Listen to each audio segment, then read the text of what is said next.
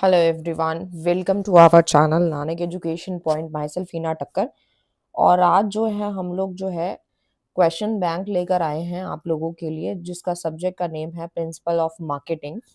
और अगर आप बीकॉम एफ से हैं या बीकॉम जी से हैं तो सब्जेक्ट कोड बिल्कुल सेम है, BCOE 141 रहेगा। ये जो है आपका सब्जेक्ट है जिसका कोड इग्नू के अंदर जो BCOE 141 दिया गया है, और इसको आज हम इंग्लिश मीडियम में कंप्लीट करेंगे। साथ ही साथ जो बच्चे हिंदी मीडियम से हैं वो इसको बना के लिख सकते हैं, क्योंकि मैं इसको हिंदी में भी समझाती हूँ और इंग्लिश के पॉइंट्स को भी डिस्कस होगा। तो अगर आप इंस्टाग्राम टेलीग्राम पे कनेक्ट नहीं है तो कनेक्ट हो जाइए, क्योंकि टेलीग्राम पे बहुत कुछ नया आने वाला है। और आपको न्यू वाला टेलीग्राम जो है वो उस पे जो है उसको फॉलो करना है, यानी कि उसको सब्सक्राइब कर लेना है, क्योंकि जो पुराना वाला है वो अभी वर्किंग में नहीं है। और जो न्यू वाला है वो आपको जो है सब्सक्राइब कर लेना है। तो उससे आपको जो एग्ज़ाम से पहले जितने भी important PDF, important chart, flow chart सब आएंगे वो वहीं पे मिलेंगे। तो उसको जो है सब्सक्राइब करना बिल्कुल मत भूलना। नानक एजुकेशन पॉइंट के नाम से है, जिनको ना मिले मुझसे व्हाट्सएप करके लिंक ले लेना। एग्ज़ाम स्टार्ट आपके जून में हो जाएंगे मोस्ट प्रोबेबली। और प्रिंसिपल ऑफ मार्केटिंग का अगर सब्जेक्ट है, या सिर्फ मार्केटिंग है, या मार्केटिंग मैनेजमेंट है, या कुछ भी इससे रिलेटेड अगर है, तो यही मात्र आपके कितने क्वेश्चन है, टोटल 17 क्वेश्चन है। 17 भी नहीं है, टोटल आपको 12 क्वेश्चन करके जाने हैं। 13th क्वेश्चन एंड 14 क्वेश्चन सिर्फ और सिर्फ उनके लिए है जो अच्छे मार्क्स लाना चाहते हैं, लेकिन जो सिर्फ पास होना चाहते हैं वो सिर्फ 12 क्वेश्चन करके जाएंगे, उससे ज्यादा एक भी क्वेश्चन नहीं करके जाएंगे। और उसके बाद भी अगर जिनको 12 क्वेश्चन भी ज्यादा लग रहे हों, वो 12 क्वेश्चन भी ना करें, 12 में से कोई भी 5 या 6 अच्छे से करके चले जाना, तो आप आराम से 40-45 मार्क्स, 50 मार्क्स पासिंग मार्क्स आपके आ जाएंगे। तो मैं हर तरह का सोल्यूशन आपको अपनी वीडियो में दे देती हूँ। तो स्टार्ट करते हैं।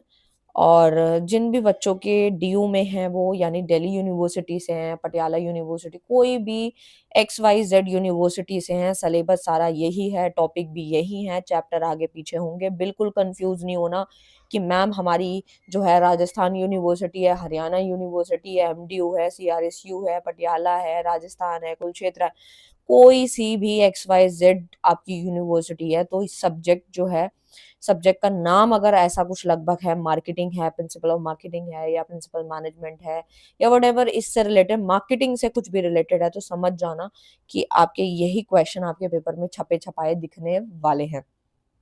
तो कुछ ये डाउट थे जो मुझे पहले ही क्लियर करने थे, क्योंकि बहुत सारे बच्चों को डाउट रहता ही रहता है। तो अब हम स्टार्ट करते हैं सबसे पहले अपने क्वेश्चन के साथ। तो 2026 की तैयारी कर रहे हो, 2026 जून या दिसंबर की, तो ये क्वेश्चन अभी से रट्टा मार लो, अच्छे से समझ लो। एक एक चीज में अच्छे से डिटेल में कराने वाली हूँ। क्वेश्चन नंबर फर्स्ट रहेगा, PLC क्या होता है। ये इतना जबरदस्त इंपॉर्टेंट क्वेश्चन है जो कि हमने क्लास 12th में भी पढ़ा था बिजनेस स्टडीज के अंदर। एंड अब इसको हम थोड़ा डिटेल में पढ़ेंगे। PLC को, PLC बोले तो इसका फुल फॉर्म है प्रोडक्ट लाइफ साइकिल। PLC जो होता है वो डिस्क्राइब करता है the stages a product goes through from its introduction in the market to its decline and withdrawal. ठीक है। PLC का मतलब क्या है कि जब हम मार्केटिंग के बारे में पढ़ते हैं, मार्केटिंग के बारे में समझते हैं, तो हमें ये समझना जरूरी हो जाता है कि जो प्रोडक्ट लाइफ साइकिल है उसकी ना, कुछ प्रोडक्ट, जो भी प्रोडक्ट होता है उसकी ना कुछ स्टेजेस होती हैं। आप सोचोगे ये कैसी स्टेज है, जैसे आप स्कूल में जाते हैं क्लास फर्स्ट सेकंड थर्ड ऐसे अप जाते हैं, तो ऐसे ही हर एक चीज की अपनी एक स्टेज होती है। और हमारे बिजनेस के अंदर जब कोई प्रोडक्ट आता है तो सबसे पहले वो इंट्रोड्यूस होता है, यानी कि इंट्रोडक्शन पार्ट आता है इसका, यानी कि वो इंट्रोडक्शन होता है मार्केट के अंदर। जब आता है तो लोग उसे जानते हैं। लेट सपोज कि मैं एग्जांपल लेती हूँ सोप का। सोप बोले तो साबुन। ठीक है, साबुन कोई नया आया है मार्केट में, वैसे बहुत सारे साबुन है, जैसे कि लक्स हो गया, लाइबॉय हो गया, डिटॉल हो गया, या फिर वटेवर, बहुत सारे ऑप्शंस हैं। ठीक है, अब मान लो मार्केट में कोई नया सोप या नया साबुन कोई आया है, तो वो जब मार्केट के अंदर नया आता है, दैट मीन्स उसको बताना पड़ता है जनता को कि ऐसा कोई साबुन जो है वो मार्केट में आ रहा है। मान लो कि हम किसी शॉप पे जाते हैं और वो साबुन नया आया है लेकिन उसके बारे में कोई जानता नहीं है, पहचानता नहीं है, तो उसको कोई नहीं खरीदेगा, वो दुकान के अंदर पड़ा रहेगा। और इवन दुकानदार भी उसको लेके नहीं आएगा, छोटे-मोटे दुकानदार तो कभी नहीं लेकर आएँगे भई, क्योंकि भई उसका नाम ही दुनिया ने नहीं सुना या उसके कस्टमर ने उससे माँगा नहीं है, तो वो क्यों लेकर आएगा? तो इसीलिए आप सोचो कि जब कोई सामान कस्टमर तक पहुँचाना होता है, तो सबसे पहले उसकी एड चलानी होती है, उसका इंट्रोडक्शन देना पड़ता है। इंट्रोडक्शन हम अ, उसकी न्यूज़पेपर में ऐड दे सकते हैं या फिर टीवी में जो भी एड्स आती हैं उसके थ्रू हम जो है उस प्रोडक्ट के रिलेटेड गो थ्रू होने लगते हैं, हमें पता लगने लगता है कि ऐसा कोई साबुन या ऐसा कोई चॉकलेट या बिस्किट मार्केट में आ रही है। फिर आता है डिक्लाइन होता है, फिर एक टाइम ऐसा आता है कि हम गो थ्रू कर लेते हैं, चीज़ों को समझ भी लेते हैं और उसके बाद जो है वो प्रोडक्ट डिक्लाइन होता है, विथड्रॉल हो जाता है। It help business plan, marketing strategy देखो डिटेल में कराने को मैं एक टॉपिक को, एक एग्ज़ाम्पल को भी 1 घंटे तक समझा सकती हूँ आप लोगों को, ठीक है? तो बट टाइम के अकॉर्डिंग मैं थोड़ा-सा लेके चलती हूँ, स्टार्टिंग में तो मैं भी थोड़ा डिटेल में ही कराने लगती हूँ, चीज़ों को समझाती हूँ, सो दैट ना आपको सब्जेक्ट आसान लगे, इसीलिए मैं थोड़े अच्छे-अच्छे एग्ज़ाम्पल भी देती हूँ, जिससे आप रिलेट भी कर पाओ और मैं काफ़ी डिटेल में कराना चाहती हूँ आप लोगों को, लेकिन थोड़ा-सा मुझे वीडियो भी शॉर्ट रखना होता है, क्योंकि अब बहुत सारे बच्चे ऐसे हैं जो जॉब वगैरह करते हैं और उनको एग्ज़ाम टाइम से पहले पढ़ना होता है, तो मेरी वीडियो अगर 5-6 घंटे तक भी जा सकती है, कोई दिक्कत नहीं है। बट दिक्कत क्या है कि 5-6 घंटे आप लोगों के पास भी होने चाहिए, ठीक है? बाकी आपको लगता है जिनको और अच्छे एग्ज़ाम्पल चाहिए और डिटेल में पढ़ना है, तो वो मेरे साथ फिर अपने मेरे ऐप पे कनेक्ट हो सकते हैं या फिर मेरे साथ व्हाट्सएप पे कनेक्ट हो सकते हैं और 1 टू 1 वाली क्लास ले सकते हैं। ठीक है? बाकी मैं अभी जो है सारे बच्चों को देखते हुए करवाऊँगी। तो it help businesses plan marketing strategy, pricing, production and promotion effectively at each stage मतलब ये ना जो पीएलसी है ना वो हमारे बिज़नेस के प्लान में मदद करता है। मार्केटिंग की स्ट्रैटेजी बनाने में, उस प्रोडक्ट का प्राइस डिसाइड कराने में, प्रोडक्शन कराने में, कितना प्रोडक्शन होना चाहिए, प्रमोशन करना है इफेक्टिवली तरीके से हर एक स्टेज का ये पीएलसी हमें बताता है। अभी नहीं समझ में आया कोई दिक्कत नहीं है, स्टेज समझो सब समझ आएगा। सबसे पहले पीएलसी की 4 स्टेजेस होती हैं। सबसे पहले आती है product introduction stage, second one is growth, third आती है मैच्योरिटी एंड फोर्थ आती है डिक्लाइन। ठीक है? तो ये 4 स्टेजेस यहाँ दी गई हैं और नीचे डायग्राम भी बना हुआ है। डायग्राम ज़रूर बना के आना है पेपर में, फिर बता रही हूँ। और जिन बच्चों ने वन शॉट नहीं देखी, प्लीज़ वन शॉट भी देख लेना क्योंकि जो एग्ज़ाम सेट कर रहे हैं, वो आजकल थोड़े से अवेयर हो गए हैं, सतर्क हो गए हैं कि यूट्यूब पे बहुत सारे चैनल हैं, जो कि इम्पोर्टेंट क्वेश्चन बता रहे हैं, इम्पोर्टेंट टॉपिक बता रहे हैं। तो वो हो सकता है क्वेश्चन को ऊपर-नीचे कर दे, घुमा-फिरा दें 1-2 तो आपको बिल्कुल सतर्क रहना है और वन शॉट भी देख के जानी है। तो इंट्रोडक्शन स्टेज जो होती है उसमें प्रोडक्ट जो हुआ है वो मार्केट में लॉन्च हो चुका है, सेल इसकी कम रहेगी, प्रॉफिट जो है मिनिमल बहुत नेगेटिव होगा क्योंकि नया-नया आया अभी कोई खरीदेगा नहीं, अभी लोग सिर्फ जान रहे हैं, समझ रहे हैं, देख रहे हैं। Heavy expenses on promotion and advertising कि अभी जो बना रहा है प्रोडक्ट जिसने मैन्युफैक्चरिंग करी है उसका काफी एक्सपेंस होगा प्रमोशन करने में क्योंकि अभी वो जितना ज्यादा प्रमोट करेगा उतना आगे जाएगा और अभी तो जेब से उसके पैसे लग रहे हैं एडवर्टाइजिंग करने में। मकसद क्या है कि to create awareness among customer यहाँ पे जो फर्स्ट स्टेज होती है उसमें पैसा कमाना मकसद नहीं है, प्रॉफिट नहीं है, ग्रोथ नहीं है, ये मकसद नहीं है जो प्रोडक्शन कर रहा है, उसका मकसद सिर्फ यही है कि लोग सिर्फ और सिर्फ इस प्रोडक्ट के बारे में जान लें, इतना ही काफ़ी है। सेकंड आता है इसके फीचर, हाई प्रमोशन कॉस्ट होती है, लिमिटेड कंपटीशन होता है, कंपटीशन अभी नॉर्मल है क्योंकि नया-नया आया है। फोकस ऑन प्रोडक्ट अवेयरनेस, हमारा फोकस सिर्फ प्रोडक्ट के अवेयरनेस पे है कि हमारा प्रोडक्ट सिर्फ कस्टमर तक पहुँच जाए, उसके दिमाग तक पहुँच जाए कि बस ऐसा कोई प्रोडक्ट अभी लॉन्च हुआ है। जैसे आप मैंने अभी सोप का एग्ज़ाम्पल दिया है, बिस्किट का व्हाटएवर जो भी है। ग्रोथ स्टेज में क्या होता है कि इसमें सेल्स जो होती है वो इंक्रीज करती है, बिल्कुल बहुत तेजी से करती है। प्रॉफिट भी राइज करता है क्योंकि इकोनॉमिक ऑफ स्केल होता है, कॉम्पिटिटर एंटर करने लगते हैं क्योंकि जब देखते हो ना कि मान लो ये दुकान वाला अगर दिन में सारा दिन कस्टमर इसके खड़े रहते हैं तो आसपास के लोग सोचते हैं जब ये काम कर सकता है तो मैं क्यों नहीं कर सकता। तो उसके दिमाग में भी आता है कि मैं भी कुछ ऐसा खोल लेता हूँ, तो ये हो गया ना इसका कॉम्पिटिटर, इसको देख के फिर ये, तो यही कंपटीशन चला आ रहा है जिसकी वजह से कॉम्पिटिटर एंटर कर जाते हैं। जब सेल्स दिखती है, पैसा दिखता है, लोगों की ग्रोथ दिखती है, तो कॉम्पिटिशन अपने आप शुरू हो जाता है। अब मैं ना आपको ना एक एग्ज़ाम्पल देना चाहती हूँ क्योंकि मेरे माइंड में ना एक बहुत अच्छा एग्ज़ाम्पल आ रहा है और मैंने ये अपने आस-पास भी देखा है, ठीक है? मैं नाम तो नहीं लूँगी, ना जगह का नाम लूँगी और ना ही दुकान का नाम लूँगी क्योंकि मैं किसी का यहाँ पे प्रमोशन तो नहीं कर रही। बस मेरा मकसद आपको पढ़ाना है और जो रियल एग्ज़ाम्पल मैं डेली लाइफ़ में देखती हूँ, वो आपको बताना है। तो आपने अगर ऐसा कोई एग्ज़ाम्पल जो मैं बताने जा रही हूँ उससे देखा हो, उससे रिलेटेड तो आप मुझे जो है कमेंट करना। तो मैंने ना अभी कुछ दिन पहले ही, ज़्यादा दिन नहीं हुए, मतलब हुए होंगे 8 से 10 दिन, मैंने ऐसा कुछ देखा था। कॉम्पिटिशन का ही वो एग्ज़ाम्पल है। जैसे हुआ क्या, जहाँ पे मैं अभी रह रही हूँ, वहाँ पर क्या है, एक ना केमिस्ट की शॉप थी, ठीक है? अब उस केमिस्ट की शॉप पर अकेले तो केमिस्ट की जो शॉप है वो नहीं चलती है, उसे अपने नीचे अपने वर्कर रखना पड़ता है। तो एक वर्कर रख रखा था जो कि 10 ईयर से उसके पास काम कर रहा था। यानी कि जो मालिक था, मालिक ने अपने नीचे एक एम्प्लॉयी रख रखा था जो कि 10 सालों से उसी की दुकान में काम कर रहा था और अच्छी खासे काम कर रहा था। उसको नॉलेज भी अच्छी हो गई थी दवाइयों की, कि कौन से जो मतलब प्रोडक्ट पे जैसे दवाइयाँ देख के वो दे देता था, कोई दिक्कत वाली बात ही नहीं थी। फिर उसने सोचा कि जब मुझे इतना दिमाग आ ही चुका है तो क्यों ना मैं दुकान खोलूं। बट उसके माइंड में एक क्वेश्चन था कि वो अगर किसी नई जगह पे जाके ओपन करता है तो उसको नई जगह पे जाएगा तो इतनी जल्दी बिजनेस नहीं मिलेगा, और जहां वो ऑलरेडी काम कर रहा है तो उसको वहां पे ऑलरेडी जो है कस्टमर जानते भी हैं और उसकी जो मार्केट है वो वहां बन जाएगी। तो उसने क्या किया, अपना दिमाग लगाया कि जिस वो दुकान पे काम कर रहा था उसके जस्ट सामने ही एक उसने दुकान खोल ली है, और जितना डिस्काउंट वो देता था जहां वो काम कर रहा था, वो अपने कस्टमर को, मतलब जिसके वहां वो नौकरी कर रहा था, उसके वहां कस्टमर को सिर्फ 10% डिस्काउंट दिया जाता था। अब उसने क्या करा है, कस्टमर को अट्रैक्ट करने के लिए वहां 25 से 30% यानी 25-30% का डिस्काउंट लिख दिया और उसके सामने ही दुकान खोल ली है। तो आप सोचो उसके सारे कस्टमर जितने भी होंगे वो सारे डिवाइड होने शुरू हो गए। क्यों डिवाइड हुए?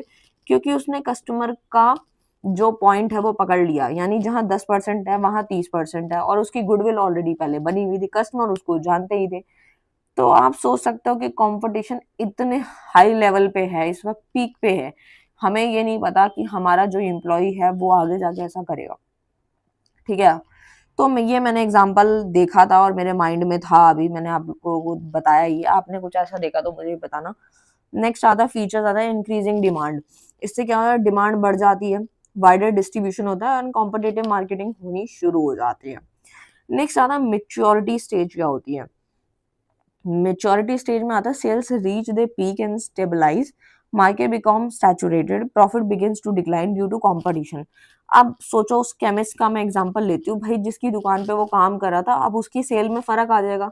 जो उसके कस्टमर थे वो डिवाइड होने शुरू हो गए, यानी कि 25% वाले डिस्काउंट में भाग गए वो तो यानी कि जो कंपटीशन था जिसकी वजह से प्रॉफिट उसका डिक्लाइन हो गया। अगर उसकी दिन की सेल 10,000 रुपए थी तो अब हो सकता है कि वो 5,000 होती हो, 7,000 होती हो। तो इस तरीके से फर्क आना शुरू हो जाता है, ठीक है? Focus on differentiation and customer retention, तो ये फर्क पड़ता है।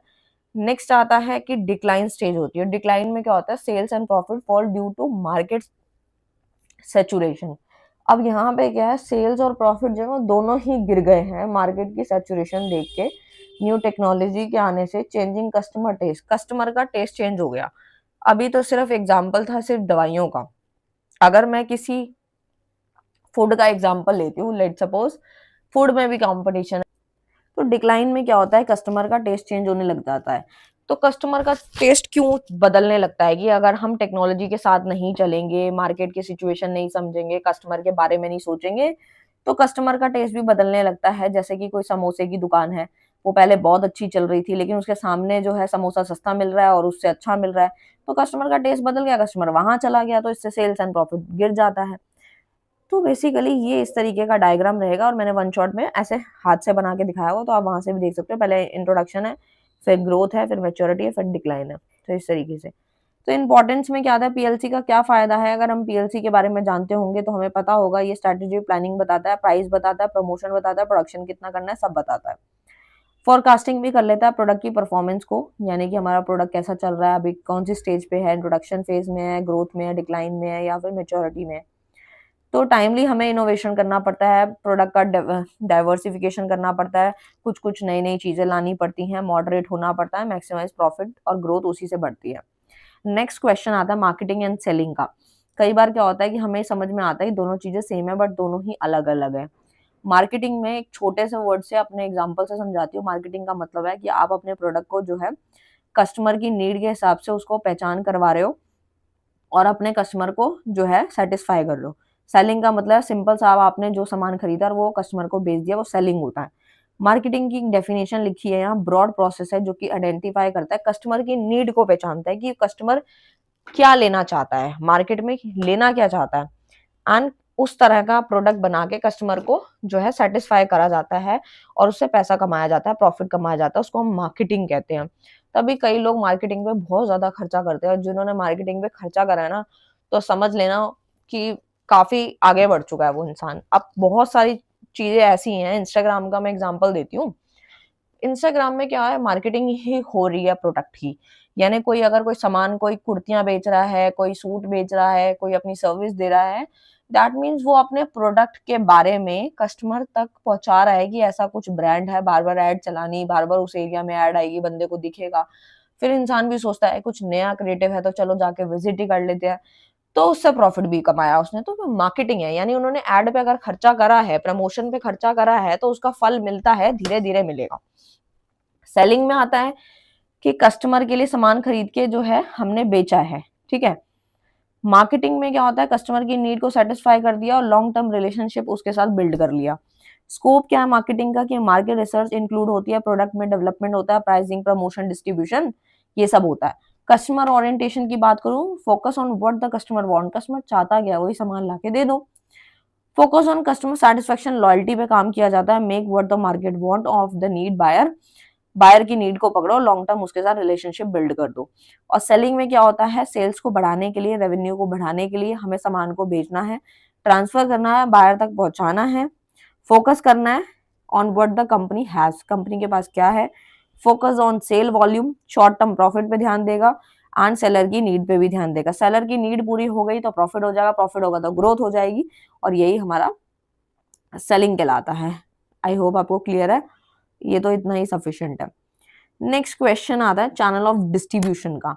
चैनल ऑफ डिस्ट्रीब्यूशन क्या होता है, a channel of distribution refers to the path और a route through which goods and service move from the producer to the final consumer. जो सामान बना रहा है उसको हम प्रोड्यूसर, मैन्युफैक्चरर बोलते हैं।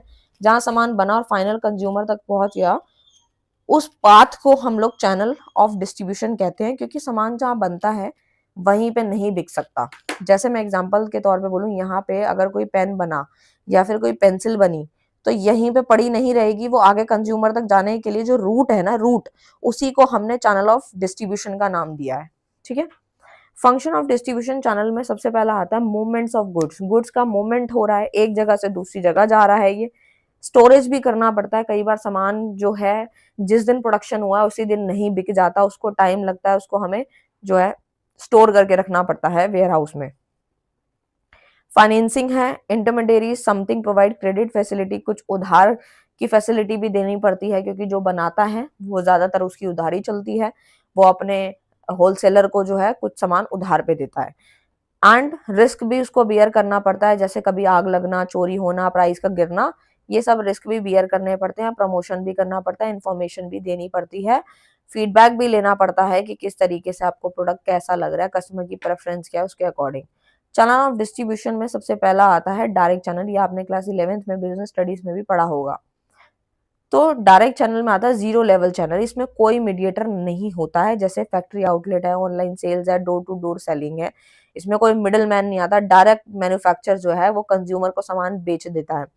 जैसे आपके घर में कोई सर्फ एक्सेल लेकर आया, सर्फ एक्सेल का भी एग्जांपल छोड़ो आप, मैं आपको एग्जांपल देती हूँ फैक्ट्री आउटलेट का। Online sale, online sale is the best. जैसे अमेजोन से आपने कोई सामान मंगाया, ठीक है, वो क्या है, डायरेक्ट चैनल है। उसके बाद इसके मेरिट्स क्या है, लो कॉस्ट है, डायरेक्ट कांटेक्ट विद कस्टमर है, क्विक फीडबैक मिल जाता है। बुराई क्या है, लिमिटेड रीच होती है, हाई मार्केटिंग एफर्ट लगाने पड़ते हैं प्रोड्यूसर को। सेकंड आता है इनडायरेक्ट चैनल। इनडायरेक्ट चैनल में क्या आता है, वन लेवल चैनल भी इसे बोलते हैं, इसमें सिर्फ बीच में एक बंदा आता है जिसका नाम है रिटेलर। जैसे आप कोई स्टेशनरी से सामान लेने जाते हो ना, बीच में रिटेलर आता है, जैसे प्रोड्यूसर ने रिटेलर से लिया, रिटेलर जो है वो कंज्यूमर को बेच देगा। जैसे branded and expensive goods, for example electronic हो गया, गारमेंट्स हो गया, ये सब चीजें। टू लेवल में दो लोग बीच में आते हैं, होलसेलर एंड रिटेलर। जैसे प्रोड्यूसर से होलसेलर के पास जाता है, ये लिखा, प्रोड्यूसर से होलसेलर, होलसेलर से रिटेलर एंड रिटेलर से कंज्यूमर। तो ये हमारा टू लेवल है। थ्री लेवल में कौन आता है, एजेंट आ जाता है बीच में। जैसे मैं अभी आपको एग्जांपल दे रही थी ना, जैसे कि सर्फ एक्सेल का हो गया या और भी बहुत सारे प्रोडक्ट आते हैं, तो वो एजेंट पकड़ते हैं। या फिर और जो बड़ी बड़ी कंपनियां एमवे वगैरह, तो वो एजेंट जो पकड़ती है ना, वो सारे 3 लेवल होती है कि उसके थ्रू सामान बिक जाएगा। एजेंट कन्विंस करता रहता है।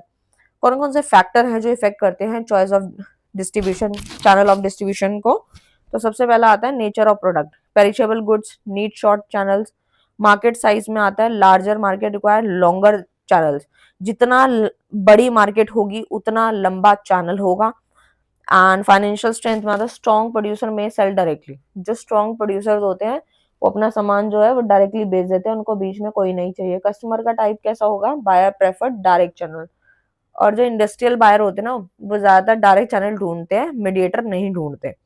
कंपटीशन में भी काफी हाई है, मेन नीड्स ब्रॉडर डिस्ट्रीब्यूशन देखने को मिलता है। फायदे वही हैं कि गुड्स अवेलेबल होना चाहिए, सही टाइम पे मिल जाए, ठीक है। मास डिस्ट्रीब्यूशन है, मार्केट एक्सपेंशन है, इससे कस्टमर कन्वीनियंस बिल्ड होती है, ब्रांड की लॉयल्टी बढ़ती है। मार्केटिंग वर्कलोड फॉर प्रोड्यूसर कम हो जाता है क्योंकि सामान बिक जाता है।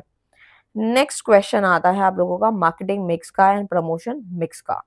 तो मार्केटिंग मिक्स बोले तो इसमें आते हैं 4 P's आते हैं आपके, जैसे प्रोडक्ट, प्राइस, प्लेस, प्रमोशन। आप किसी भी प्रोडक्ट को, पहले आपको प्रोडक्ट चाहिए, फिर उसका प्राइस डिसाइड करना है, फिर उसकी जगह डिसाइड करनी है, फिर उसका प्रमोशन डिसाइड करना है। तो ये सारी चीजें मार्केटिंग मिक्स में आती हैं। Complete set of marketing tool, ये 4 टूल होते हैं जो कि हम यूज करते हैं अपने बिजनेस में, अपने मार्केटिंग के उद्देश्य पूरे करने के लिए, अपने को ग्रोथ में लाने के लिए। स्कोप क्या है मार्केटिंग का? All aspect of marketing decisions. Objective क्या है, उद्देश्य क्या है? To create, deliver and capture customer value through balance strategy, यानी कस्टमर की वैल्यू को पकड़ना, डिलीवर करना उसको प्रोडक्ट सही टाइम पे, ये सब आता है इसके अंदर। एक एग्जांपल है, a company deciding what product to launch, what price to set, where to sell and how to promote it. ये इसका बेस्ट एग्जांपल है। यानी कि जो कंपनी है वो डिसाइड करती है कौन सा प्रोडक्ट मार्केट में आना चाहिए, किस प्राइस पे आना चाहिए, कितने में बेचना चाहिए और कैसे इसको प्रमोट किया जाए। नेक्स्ट आता है प्रमोशन मिक्स। प्रमोशन मिक्स में आता है 5 मेन एलिमेंट्स होते हैं। इसमें होता है एडवर्टाइजिंग, पहले आप उस प्रोडक्ट का पहचान कराते हो मार्केट में, फिर सेल्स प्रमोशन करते हो कि सेल का प्रमोशन कैसा होगा, पर्सनल सेलिंग होती है, पब्लिक रिलेशन होता है, डायरेक्ट मार्केटिंग होती है। ये सारे पॉइंट्स आते हैं। तो यानी कि प्रमोशन मिक्स को हम सिंपल लैंग्वेज में बोल सकते हैं कि प्रमोशन मिक्स जो होता है is the part of the marketing mix. ये मार्केटिंग मिक्स का ही पार्ट है जो कि डील करता है हमारे, टारगेट करता है, कम्युनिकेट करता है एंड प्रमोट करता है प्रोडक्ट को टारगेट ऑडियंस के according. Narrow in scope, focus only on promotional activity. ये ना मतलब फोकस करता है हमारे प्रमोशनल एक्टिविटीज पे, ठीक है। नेक्स्ट आता है focus only on how to promote और communicate the product to customer, यानी कस्टमर तक हमें जो है वो प्रोडक्ट को, यानी कि एक सिंपल लैंग्वेज में बोले हम तो ये हमारा कम्युनिकेटिव होता है। फोकस करता है कि कैसे प्रमोट किया जाए, कैसे हम कम्युनिकेट कर सकते हैं और कैसे हम अपने प्रोडक्ट को पहचान करा सकते हैं। For example the company using TV ad, मैंने अभी पहले भी एग्जाम्पल दिया था टीवी एड का। सोशल मीडिया कैंपेन्स जो चलाते हैं ना, जैसे फेसबुक पे ऐड आ रही है, इंस्टाग्राम पे आ रही है, ठीक है, और डिस्काउंट हो गया, इससे सेल बढ़ती है। इतना बहुत है, सफिशिएंट है ये। और जिनको इतना नहीं पढ़ना वो बस इतना कर लेना, वो पूरा क्वेश्चन बन जाएगा।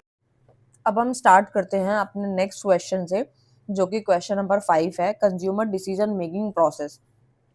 यानी कि अभी तक हमने 4 क्वेश्चन समझ लिए हैं, उसमें से ये 5th क्वेश्चन भी ज्यादा इंपॉर्टेंट है, जो कि है कंज्यूमर डिसीजन मेकिंग प्रोसेस का। यानी कि जो कंज्यूमर के डिसीजन मेक करने का तरीका होता है वो मार्केटर को जानना होता है, उसका एक प्रोसेस जानना होता है। तभी मार्केटर जो है वो डिसाइड कर पाता है कि उसे मार्केट में कौन से प्रोडक्ट लेकर आने हैं और कौन से नहीं लेकर आने, और किस टाइम पे लाने हैं, किस प्राइस पे लाने हैं, किस क्वांटिटी एंड क्वालिटी के साथ लाने हैं। तो ये मार्केटर को जानने के लिए ये सारी चीजें पढ़नी पड़ती हैं।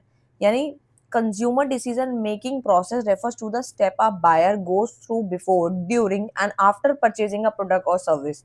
यानी कि जो बायर के सामान खरीदने से पहले की जो प्रोसेस होता है, डिसीजन मेक का तरीका होता है, या जब वो खरीद रहा होता है, या फिर वो जब उस प्रोडक्ट या सर्विस को ले लेता है, तो उसके क्या तरीके हैं।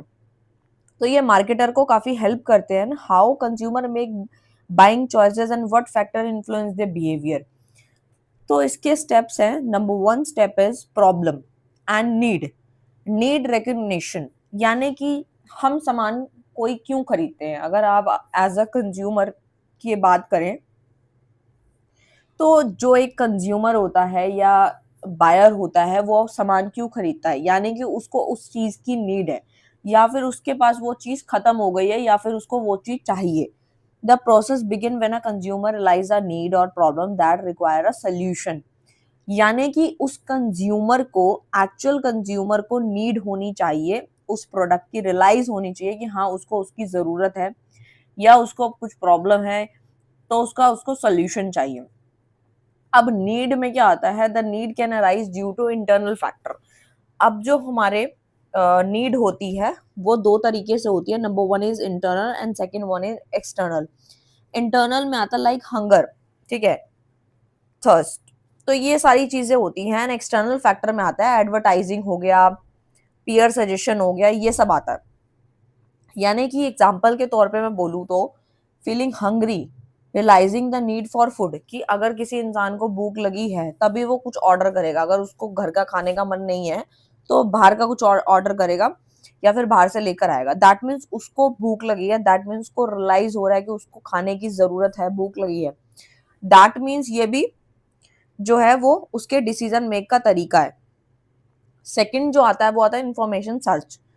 जब भी हमें कोई चीज खरीदनी होती है, कोई सर्विस लेनी होती है, तो हम क्या करते हैं, अपनी नीड को पहचानते हैं, ठीक है, यानी कि इंफॉर्मेशन सर्च करी जाती है आफ्टर आइडेंटिफाइंग द नीड, कि अगर हमने किसी की, कंज्यूमर की नीड को पहचान लिया। मैं यहाँ बात कर रही हूँ मार्केटर की, क्योंकि हम जो सब्जेक्ट पढ़ रहे हैं वो पढ़ रहे हैं प्रिंसिपल ऑफ मार्केटिंग, और प्रिंसिपल ऑफ मार्केटिंग में आता है जो मार्केटर होता है वो कंज्यूमर के ऊपर पूरी स्टडी कर रहा है, ठीक है, सो दैट ही वो मार्केट में जो है वो लंबे समय तक चल पाएगा।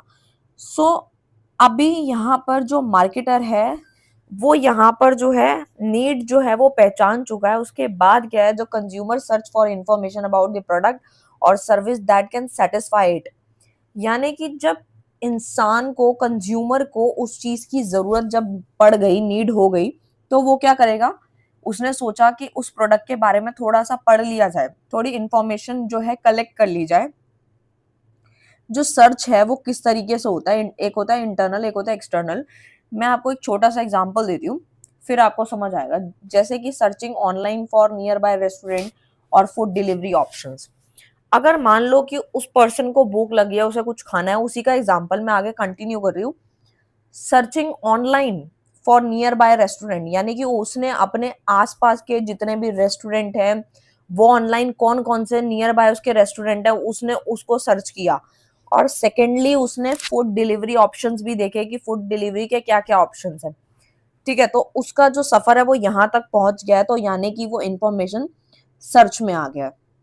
और ये सारी इंफॉर्मेशन कौन पढ़ रहा है, ये सारा मार्केटर जो होता है वो समझ रहा है कि कंज्यूमर जो है उसकी थिंकिंग शुरू होती है, पहले नीड शुरू होती है, फिर वो चीजों को उसके बारे में पढ़ता है। उसके बाद थर्ड आता है इवैल्यूएशन ऑफ ऑल्टरनेटिव, जिसमें आता है कंज्यूमर कंपेयर डिफरेंट प्रोडक्ट्स और brand based of feature, price, quality and reviews. The goal is to choose the best option that meets their needs and fit the budget. अभी आपको समझ नहीं आया तो कोई टेंशन नहीं है, इसके आगे का जो एग्जांपल है वो समझो तो आपको थर्ड पॉइंट क्लियर होगा। कंपेयरिंग डोमिनोज पिज्जा, ठीक है, तो वो क्या कर रहा है, अभी तक क्या है कि उसने डिलीवरी ऑप्शंस देखे, फिर वो क्या कर रहा है, कंपैरिजन कर रहा है डोमिनोज के पिज्जा को एंड पिज्जा हट हो गया, इन दोनों ही पिज्जा से वो कंपैरिजन कर रहा है ना लोकल रेस्टोरेंट बिफोर डिसाइडिंग। यानी कि यहाँ पे वही एग्जांपल दिया है जो कि आप डेली लाइफ में रिलेट कर सकते हो। यानी कि क्योंकि देखो भाई, डोमिनोज का पिज्जा अपने अलग लेवल पे है, पिज्जा हट का अलग है, तो दोनों के टेस्ट में फर्क है, तो वो दोनों के पिज्जा में कंपैरिजन कर रहा है, तो यानी कि वो इवैल्यूएशन ऑफ ऑल्टरनेटिव में आता है। फोर्थ आता है परचेज डिसीजन, की अब क्या है यहाँ पे परचेज का वो डिसीजन लेने वाला है, यानी कि deciding to order a pizza from Domino's. अब वो डिसाइड कर चुका है कि उसको पिज्जा कहाँ से लेना है, उसने पहले रेटिंग्स देखे, रिव्यूज देखे, हर चीज के बारे में पढ़ा थोड़े बहुत, ठीक है, तो उसने डिसाइड किया कि उसको पिज्जा जो है वो डोमिनोज से ऑर्डर करना है। After evaluating the option the consumer make a final buying decision, वो इस स्टेप में ले लेता है। Factor such as brand preference, availability, discount, social influence. यानी कि जब हम कोई प्रोडक्ट लेते हैं, आजकल हर जो काफी सारे कंज्यूमर बहुत अवेयर हैं, बहुत स्मार्ट हैं, क्योंकि वो ब्रांड को लेके बहुत अवेयर हैं, और उनका गेट टुगेदर जब होता है तो वो चीज़ों के बारे में पढ़ते हैं, समझते हैं, और वो ये भी देखते हैं कि किस प्रोडक्ट में हमें डिस्काउंट मिल रहा है, अवेलेबिलिटी किसकी है, सोशल इन्फ्लुएंस कितना है, लोग उससे कितना इंटरैक्ट हो पा रहे हैं, तो वो उस चीज को भी देख करके बाइंग डिसीजन फाइनल ले लेता है। नेक्स्ट जो आ जाता है, वो जो आता है वो आता है पोस्ट परचेज बिहेवियर।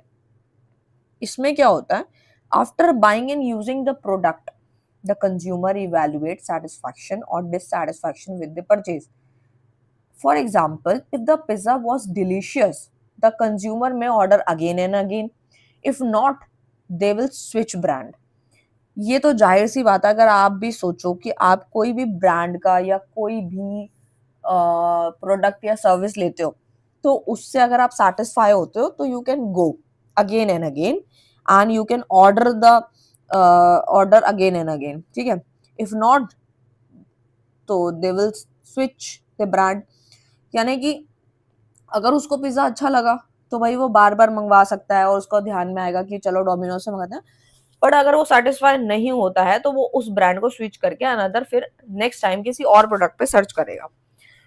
तो ये हर एक प्रोडक्ट में और हर एक सर्विस में ये जो प्रोसेस है वो काम करता है। ये इसका डायग्राम है, इस तरीके से आप इसका फ्लो चार्ट भी है, बना सकते हो एग्जाम में। नेक्स्ट आता है इसके जो इंपॉर्टेंस है ना, अंडरस्टैंडिंग द प्रोसेस। तो सबसे पहला वही है कंज्यूमर की नीड का होना, फिर एडवर्टाइजिंग एंड प्रमोशनल स्ट्रेटजीज लगाना, कस्टमर का सेटिस्फैक्शन बिल्ड करना, ब्रांड की loyalty, and fourth one is forecasting consumer behaviour and market trends. और मार्केटर को ना, ये मार्केटर पॉइंट ऑफ व्यू से हैं ये 4 पॉइंट, कि पहले मार्केटर कंज्यूमर की जरूरत को समझता है, फिर एडवर्टाइज करता है अपने प्रोडक्ट को लेके कि ये प्रोडक्ट सर्विसेज हैं, कस्टमर का सेटिस्फैक्शन वो बिल्ड करने की कोशिश करता है मार्केटर, ब्रांड की लॉयल्टी भी मैटर करती है, and fourth one is forecasting consumer behaviour and market trends, ठीक है, ये भी आता है। Next question is targeting. Targeting होता क्या है? Targeting is the process of selecting a specific group of customer market segment that a business want to serve and focus its marketing efforts on. After identifying different market segment, the company chooses one or more segment to target with a suitable marketing mix. Product, price, place, promotion, ये हमने अभी पीछे पढ़ा था, 4 P's है जो marketing mix के, ठीक है, और काफी इंपॉर्टेंट क्वेश्चन है। तो टारगेटिंग जो होता है वो एक ऐसा प्रोसेस होता है जिसमें हम स्पेसिफिक ग्रुप ऑफ कस्टमर को ना सिलेक्ट करते हैं, that a business want to serve and focus करा जाता है, पूरा मार्केटिंग का एफर्ट लगाया जाता है और उस पर फोकस किया जाता है। नहीं समझ आया, एक एक स्टेप समझो। सबसे पहला जो इसका स्टेप आता है टारगेटिंग प्रोसेस का, वो आता है मार्केट सेगमेंटेशन। यानी the market is the first divided into smaller group based on factors such as age, income, location, lifestyle etcetera. अब क्या होता है, जैसे कि कोई भी बिजनेस होता है या कोई भी मार्केटिंग जब होती है ना, तो हमारा जो मार्केट का सेगमेंट होता है ना, वो छोटे छोटे ग्रुप्स में बांटा जाता है एज के हिसाब से। क्योंकि जब भी हम कोई सामान खरीदते हैं तो आपने कभी देखा है कि 70 साल का बूढ़ा जो बंदा होता है वो चीजें इतनी नहीं बाय करता जितना कि एक यूथ चीजों को खरीदता है, क्योंकि वो उसका एज फैक्टर है। तो जब भी आप मार्केट जाते हैं तो आपको सबसे ज्यादा सामान कौन सी कैटेगरी का देखने को मिलता है? क्योंकि जो जो जेंजीज होते हैं, जो कि अभी 20s की एज में है, 30s की एज में, उनसे रिलेटेड प्रोडक्ट सर्विस ज्यादा देखने को मिलती है, क्योंकि वो उनका जो बाइंग बिहेवियर होता है बहुत फास्ट होता है। और यही मैं कंपैरिजन करूं किसी बच्चे का, तो वो टॉय वगैरह ये छोटी मोटी चीजें खरीदते हैं, बट वो अभी इतने कैपेबल नहीं है कि खुद अपने डिसीजन ले, और उतना ज्यादा ट्रेंड नहीं है जितना कि यूथ का है। तो उसमें लोग ज्यादा जो है मार्केटिंग करते हैं और उससे ज्यादा रिलेटेड बिजनेस करते हैं। इनकम भी डिपेंड करती है, लोकेशन भी मैटर करती है, लाइफस्टाइल भी मैटर करता है। वो मार्केट सेगमेंटेशन में आता है। सेकंड आता है इवैल्यूएटिंग द सेगमेंट, कि आपने उस सेगमेंट को कैसे इवैल्यूएट किया। Each segment is analysed for its size, growth potential, competition and profitability. यानी कि हर एक सेगमेंट को हमने एनालाइज किया उसके साइज के हिसाब से कि साइज छोटा है या बड़ा है या मीडियम है, ग्रोथ पोटेंशियल हो गया, कंपटीशन हो गया, प्रॉफिटेबिलिटी हो गई। थर्ड आता है selecting target market. Company chooses the most suitable segment to focus. Company ने डिसाइड करती है कि उसको किस सेगमेंट में ज्यादा फोकस करना है and the target market. Fourth आता है डेवलपिंग मार्केटिंग मिक्स, यानी कि जो company design specific product and marketing strategy to appeal to the target group, यानी कि कंपनी डिजाइन करती है स्पेसिफिक प्रोडक्ट्स को और उसकी मार्केटिंग की स्ट्रेटजी बनाती है किस किस तरीके से ये प्रोडक्ट बिकेगा, मार्केट में आएगा, लॉन्च होगा, क्या प्राइस होगा, ये सब चीजें। इतना सफिशिएंट है, ठीक है। एंड इसमें कुछ एग्जांपल दिए हैं डिफरेंट सेगमेंट के, जैसे diet Coke for health conscious people. कई लोग क्या होते हैं कि उनको लगता है कि उन्हें कोई सॉफ्ट ड्रिंक चाहिए पीने के लिए, बट उन्हें लगता है कि हमें शुगर इनटेक नहीं करना, तो उनके लिए डाइट कोक बनाई गई है जो कि हेल्थ कॉन्शियस है कि हाँ भाई उन्हें सॉफ्ट ड्रिंक में मिल गई विदाउट एनी शुगर। और कोको कोला जो है जीरो, कोको कोला जीरो भी आती है फॉर यंग अडल्ट, ये सिर्फ यंग अडल्ट के लिए बनाई गई। स्प्राइट्स जो है वो टीनेजर्स के लिए, मतलब ये ऐसे कैटेगरी में बांटा गया है। बाकी पी तो कोई भी सकता है, बाकी जो ज्यादा डाइट कॉन्शियस होता है वो कोक वोक ये सब चीजें नहीं लेते हैं, बट हाँ अगर मन करे तो फिर वो जो जीरो कैलोरीज वाली होती है वो ले सकता है। नेक्स्ट जो आता है क्वेश्चन नंबर 7 है packaging pricing branding price determination.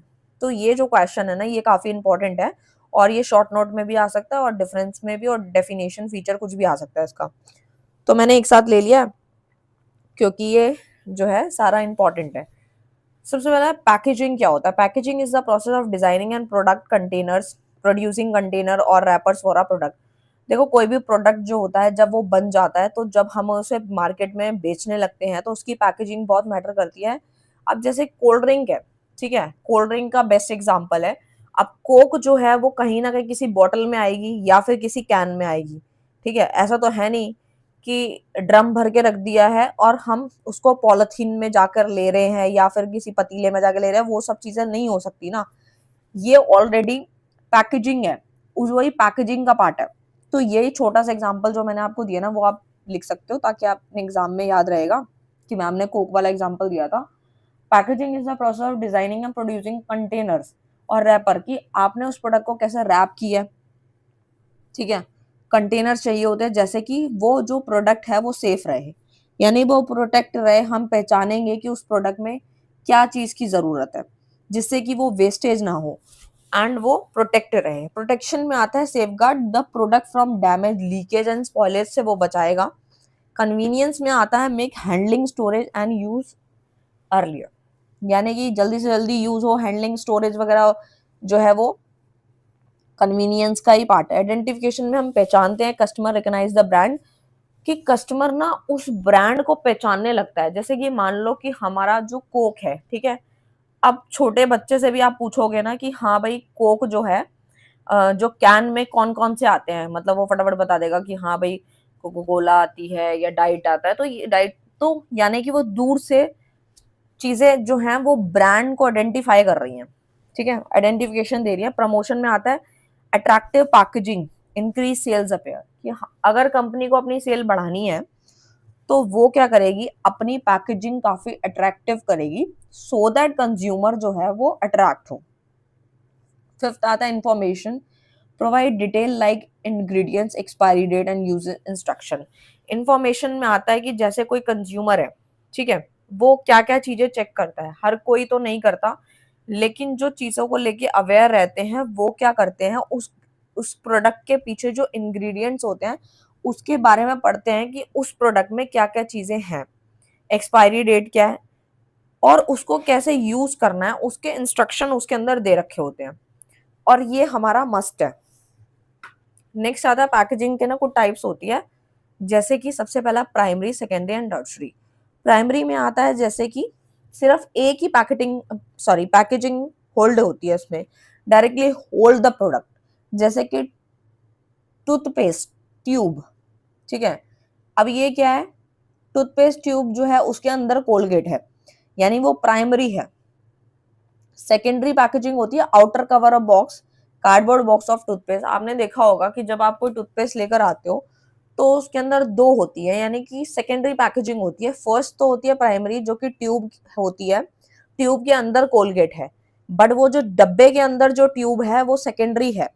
और टर्चरी में क्या आता है, यूज फॉर बल्क हैंडलिंग और ट्रांसपोर्ट, यानी कार्टून बॉक्स फॉर शिपिंग। ये जो बड़े बड़े जो कार्टून बॉक्स होते हैं जिसमें बड़ा सारा सामान जाता है, बल्क हैंडलिंग के लिए, ट्रांसपोर्ट के लिए यूज होता है।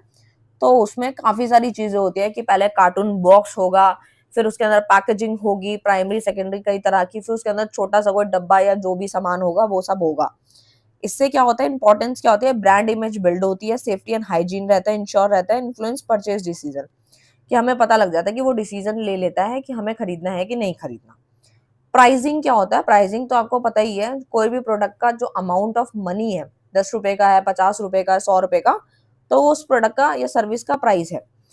प्राइसिंग में क्या आता है, डायरेक्टली इफेक्ट करता है कंपनी की सेल को, प्रॉफिट को, ग्रोथ को, मार्केट की पोजीशन को। कि अगर मान लो किसी कंपनी ने नया टूथपेस्ट बनाया अपना ही ब्रांड का कुछ, और प्राइस जो अभी टूथपेस्ट का, मैं छोटा सा, अगर मैं 100 ग्राम की भी बात करूं, तो वो अगर वो 500 रुपए का रख दे मार्केट में, तो उसको कौन खरीदेगा, कोई नहीं खरीदेगा, क्योंकि ब्रांड अभी नया है, प्राइस ज्यादा रख दिया, तो यानी कि कंज्यूमर नहीं लेगा, वो मार्केट में नहीं चल पाएगा। और हमें क्या है, हमें वो एक एसेंशियल आइटम है, तो हमें इस हिसाब से प्रोडक्ट का प्राइस सेट करना है कि एक गरीब बंदा भी उसको खरीद ले। जब एक गरीब बंदा खरीद लेगा, दैट मीन्स आपका मार्केट में जो प्रोडक्ट आया है वो धीरे धीरे करके लेवल अप हो जाएगा एंड वो आगे तक कंटिन्यू करेगा। प्राइसिंग के कुछ उद्देश्य हैं। सबसे पहला आता है मार्केट शेयर इंक्रीज होता है, कंपटीशन सरवाइव कर पाता है, कस्टमर को बहुत अट्रैक्ट कर पाता है, और एक ब्रांड इमेज भी बनती है। देखो प्राइस ही सब कुछ करता है, अगर प्राइस कम होगा प्रॉफिट ज्यादा, प्रॉफिट ज्यादा तो सेल ज्यादा, सेल ज्यादा तो कंपटीशन में सरवाइव कर लेगा, सरवाइव कर लेगा तो कस्टमर को अट्रैक्ट भी कर लेगा, अट्रैक्ट कर लेगा तो ब्रांड इमेज भी बिल्ड हो जाएगी। नेक्स्ट आता है फैक्टर इफेक्टिंग प्राइसिंग, जिसमें आता है COP, competition, customer demand, government regulation, marketing objective.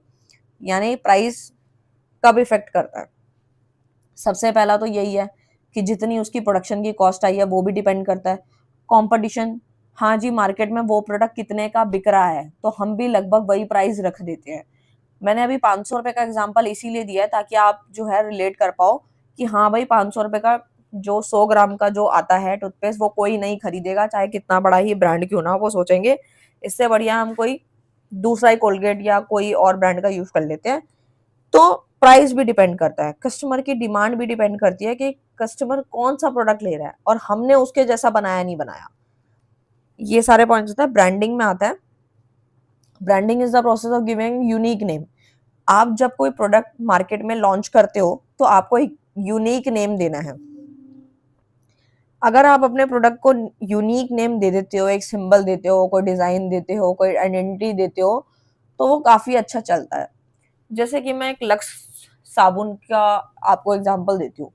अब हम क्या है, हम बचपन से देखते आ रहे हैं लक्स साबुन की एड आ रही है और उसको लाइक करीना कपूर है या फिर कोई भी एक्टर है उसको प्रमोट कर रही है, तो वो उसकी ऑलरेडी एक गुडविल बन रखी है, एक फेस वैल्यू बन रखी है, सो दैट अगर वो कोई भी प्रोडक्ट जो है ब्रांड का जैसे लक्स है या फिर कोई भी है, तो उसकी अगर ऐड करती है तो हम फटाफट से उसको लेके अवेयर हो जाते हैं और हम वो प्रोडक्ट ले भी रहे हैं कई टाइम से। ठीक है, अब मुझे नहीं पता उसमें क्या इंग्रेडिएंट सही है नहीं है, आपने भी यूज करा होगा, मैंने भी करा है, बट इट्स टोटली डिपेंड कि हाँ भाई कौन उसकी ऐड दे रहा है, हम उसको लेके अवेयर है, तो हाँ भाई ठीक है मार्केट में आ रहा है तो हमने ले लिया।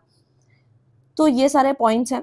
अब यहाँ पे वही सारे पॉइंट्स दिए गए, जैसे ब्रांड नेम में सबसे पहले पेप्सी का दिया हुआ है, ठीक है, स्पोकन पार्ट जैसे पेप्सी हो गया, और ये सारे हैं। ब्रांड मार्क है, जैसे कि यहाँ पर पेप्सी का बताया है, नाइकी का बताया है। ट्रेडमार्क में बताया है लीगली प्रोटेक्टेड। ब्रांड की जो आइडेंटिटी होती है वो टीएम से होती है, जैसे लेस है, लेस का पैकेट आपने देखा होगा, जहाँ पे लेस लिखा होता है उसके बगल में छोटा सा एक सर्कल होता है जिसके अंदर टीएम लिखा होता है। टीएम मीन्स दैट ट्रेडमार्क है उसके पास। अगर कोई लेस से रिलेटेड जो कोई नया नया पर्सन आके मार्केट में लेस का ब्रांडिंग नहीं कर सकता, क्योंकि ऑलरेडी उसके पास टीएम है, ट्रेडमार्क है। ब्रांडिंग के कुछ एडवांटेजेस होते हैं, जैसे customer trust and loyalty build होती है। क्योंकि आपका जो ब्रांड है वो बताता है, एक इमेज दिखाता है। प्रोडक्ट का जो डिफरेंशिएशन होता है उसमें हेल्प होती है। प्रीमियम प्राइसिंग अलाउ करता है, रिपीट परचेज की फैसिलिटी होती है। अब इसमें आता है ब्रांड्स की, अगर मैं बात करूं तो मैन्युफैक्चर ब्रांड कौन सा है, जैसे सैमसंग है, ये क्या करता है, क्रिएटेड बाय प्रोड्यूसर, ठीक है, प्रोड्यूसर के द्वारा क्रिएटेड है। प्राइवेट ब्रांड्स में आता है लाइक बिग बाजार हो गया, ठीक है, फ्रेश एंड प्योर, ये सारे तरह के ये जो क्रिएटेड बाय रिटेलर है, रिटेलर के द्वारा चलाए गए हैं। जेनेरिक ब्रांड्स में आता है जैसे प्लेन ग्रोसरी आइटम, जैसे उनका कोई ब्रांड नहीं होता और वो कम प्राइसिंग में बेचते हैं। नेक्स्ट आता है प्राइस डिटर्मिनेशन। अब इसमें क्या होता है, final selling price of the product after considering cost, demand, competition and company objective. यानी कि प्राइस डिटर्मिनेशन, हम प्राइस कैसे डिसाइड करेंगे, फाइनल सेलिंग प्राइस हमारे प्रोडक्ट का क्या होगा। हमने रातों रात सोचा कि हमारा प्रोडक्ट का प्राइस मन में आ गया 2,000 रुपए का होना चाहिए, तो ऐसे प्राइसिंग डिसाइड नहीं होती है। जिन बच्चों ने इकोनॉमिक्स पढ़ी है उनको पता होगा कि ऐसे प्राइस डिसाइड नहीं होता, बहुत सारे स्टेप फॉलो करने पड़ते हैं। सबसे पहला आता है ऑब्जेक्टिव को डिटरमाइन करना, deciding whether the goal is profit maximisation, market entry और सर्वाइवल, कि हमें प्रॉफिट कमाना है या मार्केट में घुसना है या फिर सर्वाइव करना है, ये पहले डिसाइड करना पड़ता है। उसके बाद डिमांड को एस्टिमेट करना पड़ता है, कौन सा कस्टमर जो है वो हमारे प्रोडक्ट के प्राइस को जो है पे कर सकता है, व्हाट प्राइस लेवल। फिर एस्टिमेट की जाती है कॉस्ट, कि उस प्रोडक्ट को बनाने में कितनी कॉस्ट आई है, fixed and variable cost to ensure profit margin, यानी कि उस प्रोडक्ट को बनाने के लिए फिक्स कॉस्ट कितनी आई है और वेरिएबल कॉस्ट कितनी आई है। फिक्स कॉस्ट जो होती है जो चेंज नहीं होती है, जैसे कि लैंड, बिल्डिंग वगैरह, अगर आप एक बार पैसा लगाते हो तो वो जल्दी से नहीं बदल सकते। वेरिएबल कॉस्ट में लेबर हो गया और आपका जो भी आपके रेंट वगैरह ये सब होते हैं, वो आपकी वेरिएबल कॉस्ट है जिसको आप बदल सकते हो। लेबर भी आप चेंज कर सकते हो, रॉ मटेरियल भी बदल सकते हो, तो ये वेरिएबल कॉस्ट है। वो एस्टिमेट करता है। एनालाइज कॉम्पिटिटर प्राइस, आपका कॉम्पिटिटर का प्राइस क्या है वो भी देखते हैं।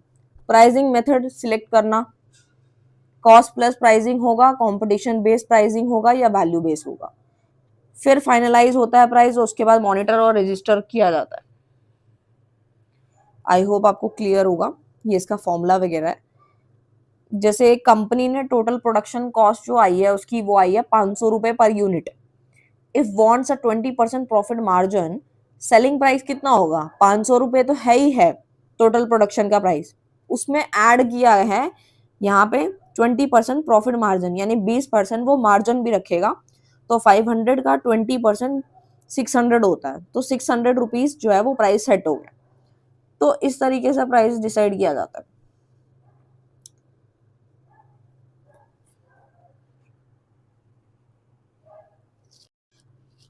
उसके बाद हमारा नेक्स्ट क्वेश्चन जो आता है, क्वेश्चन नंबर 8 है एनपीडी। एनपीडी क्या होता है, न्यू प्रोडक्ट डेवलपमेंट, इसका फुल फॉर्म है। तो new product development is the process of creating and introducing a new product और improving a existing product to meet customer need, market demand और technological changes. ये ना काफी अच्छा क्वेश्चन है, बट इसको समझने के लिए ना हमारे को एक एग्जाम्पल समझना पड़ेगा तो ही हमें समझ आएगा, अदरवाइज नहीं आएगा।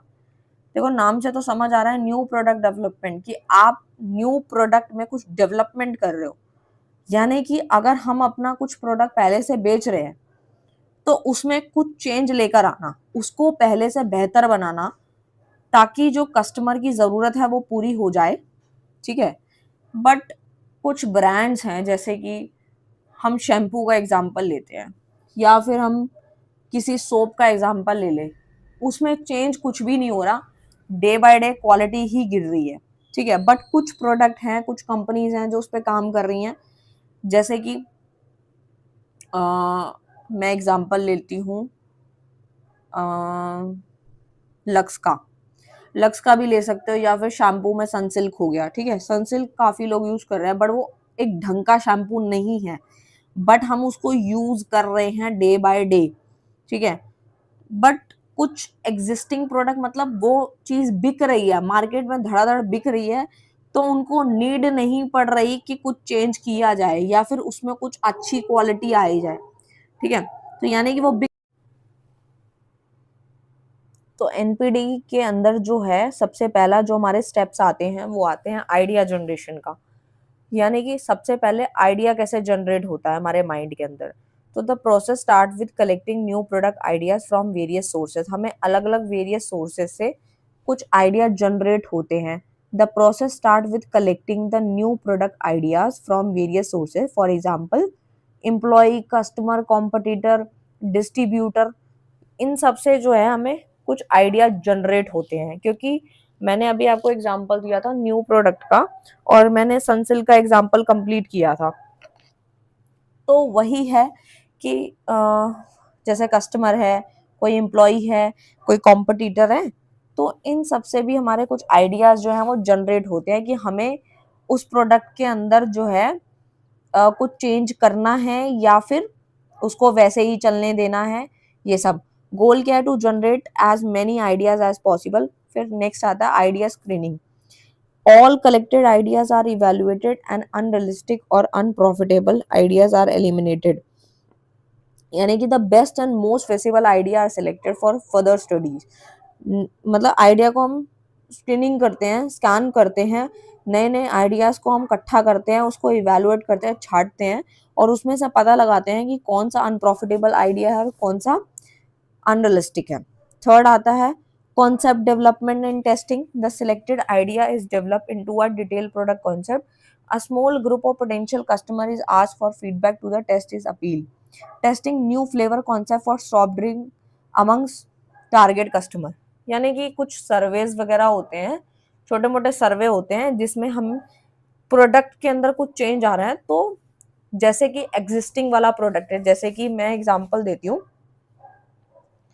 एक पिज्जा का एग्जांपल देते हैं, ठीक है। तो स्टार्टिंग से जब डोमिनोज में पिज्जा आ रहा था तो बहुत लिमिटेड वैरायटी थी, जैसे अनियन, कोन, टमाटो, ये सब तरह के आ रहे थे। लेकिन कुछ टाइम पहले उन लोगों ने पिज्जा बर्गर को लॉन्च किया, ठीक है।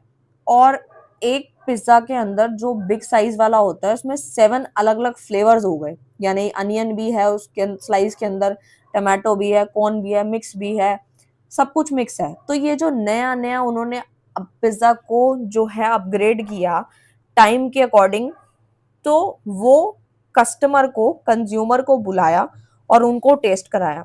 यहाँ पे एग्जाम्पल अलग है बट मैंने आपको अलग एग्जाम्पल दिया है क्योंकि पिज्जा का अभी चल रहा था। इन्होंने बताया कि अगर मान लो कोई सॉफ्ट ड्रिंक के अंदर कोई नया फ्लेवर आता है तो 4-5 कस्टमर या फिर 10 to 20 कंज्यूमर को बुला के उसके फ्लेवर को टेस्ट कराया जाए, और एक जेन्युइन फीडबैक लेकर भी हम उस प्रोडक्ट को लेके आगे बढ़ सकते हैं अगर अच्छा फीडबैक है तो। नेक्स्ट आता है बिजनेस एनालिसिस, ठीक है। बिजनेस एनालिसिस में क्या होता है, बिजनेस को एनालाइज किया जाता है कि कंपनी एलिमिनेट करती है, उसकी कॉस्ट क्या है, सेल पोटेंशियल कितना है, प्रोडक्ट का प्रॉफिट कितना है, जिससे कि हमें ये मदद मिलती है कि फाइनली वो प्रोडक्ट जो है वो मार्केट में टिकेगा या नहीं। प्रोडक्ट की डेवलपमेंट होती है।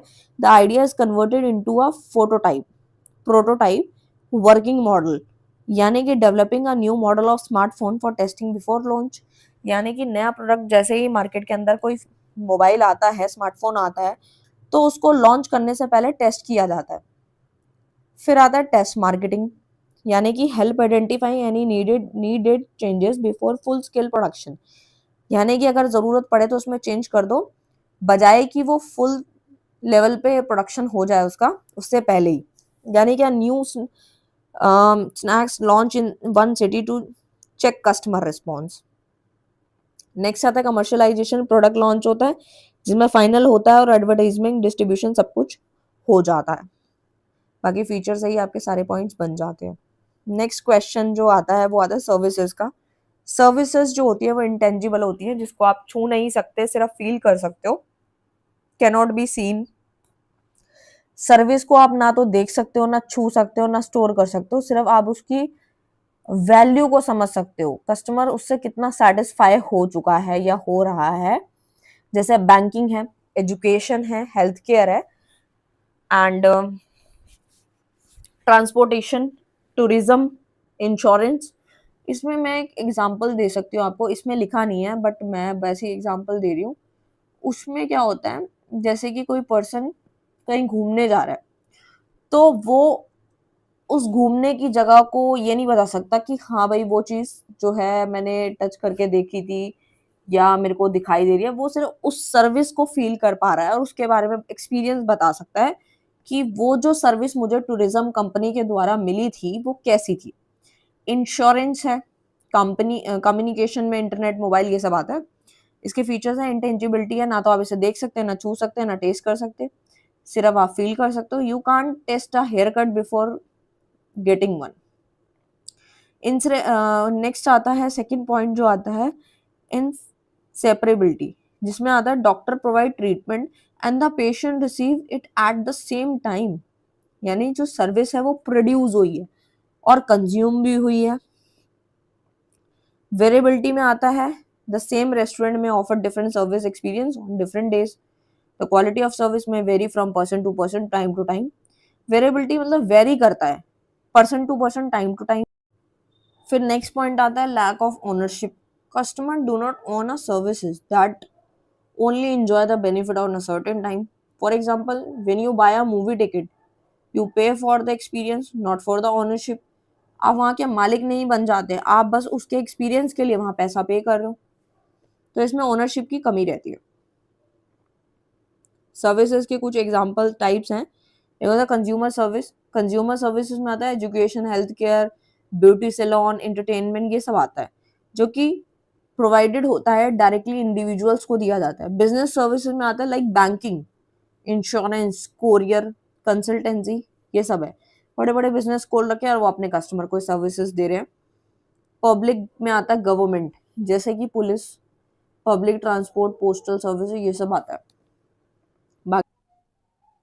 अब आते हैं हम अपने 10th क्वेश्चन की तरफ, जो कि है marketing positioning. Marketing positioning refers to the process of creating a unique image or identity of a product in the mind of the target customer। यानी मार्केटिंग पोजिशनिंग जो होता है एक तरीके का ऐसा प्रोसेस होता है जिसमें हम लोग क्या करते हैं, यूनिक इमेज क्रिएट करते हैं या फिर एक प्रोडक्ट की जो आइडेंटिटी होती है वो टारगेट कस्टमर के माइंड में सेट करते हैं। ठीक है, तो नहीं समझ आया तो आप स्टेप समझो, आपको हर एक चीज समझ आ जाएगी। सबसे पहले क्या होता है स्टेप मार्केटिंग पोजिशनिंग। सबसे पहला आइडेंटिफाई करना टारगेट कस्टमर, यानी जो मार्केटर है, जो मार्केटिंग करी जा रही है उसमें हम अपने टारगेट कस्टमर को पकड़ते हैं। कौन पकड़ता है?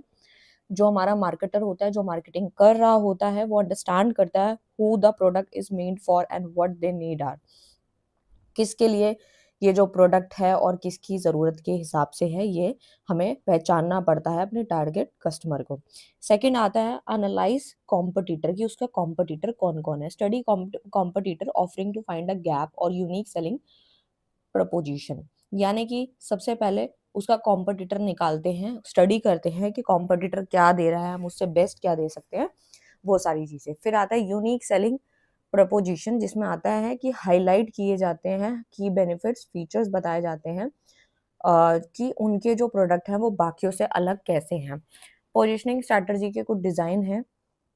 Design decide how the communicate the product value through branding, branding के थ्रू, प्राइसिंग के थ्रू, क्वालिटी के थ्रू, प्रमोशन के द्वारा हम डिसाइड करते हैं, कम्युनिकेट करते हैं। यानी कि हमने कम्युनिकेट करना है प्रोडक्ट की वैल्यू के साथ। ठीक है, नेक्स्ट आता है implement and monitor, launch the positioning in the market and continuously monitor customer perception to ensure effectiveness. यानी कि हम ये भी देखते हैं कि मार्केट के अंदर किस तरीके से वो चीज़ें लॉन्च हो रही हैं। पोजिशनिंग की कुछ स्ट्रैटेजी है। सबसे पहला आता है वॉल्वो। वॉल्वो बोले तो सेफ्टी, जैसे कि प्रोडक्ट एट्रीब्यूट पोजिशनिंग में आता है हाईलाइट स्पेसिफिक फीचर, हम उसके एक स्पेसिफिक फीचर को हाईलाइट करते हैं। सेकंड आता है बेनिफिट पोजिशनिंग, जिसमें आता है मैगी।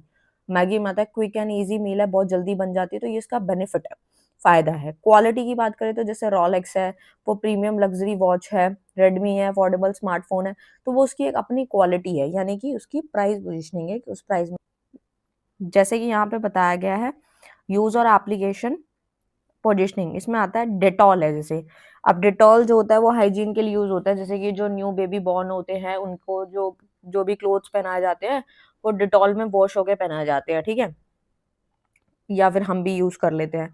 नेक्स्ट आता है कॉम्पिटिटर बेस्ड पोजीशनिंग में, जैसे पेप्सी है तो उसका अल्टरनेटिव कौन है, कोको कोला, पेप्सी नहीं मिलेगी तो कोको कोला पी लेंगे। तो मार्केटिंग पोजीशनिंग के कुछ फायदे हैं, इंपॉर्टेंस है। सबसे पहला ये clear identity in customer mind, customer के जो कंज्यूमर जो होता है सामान खरीदने वाला, उसके माइंड में क्लियर आइडेंटिटी सेट करता है, क्रिएट करता है। मार्केटिंग पोजीशनिंग उसको मदद करता है। Differentiate product from competitor, competitor से वो प्रोडक्ट कैसे अलग है।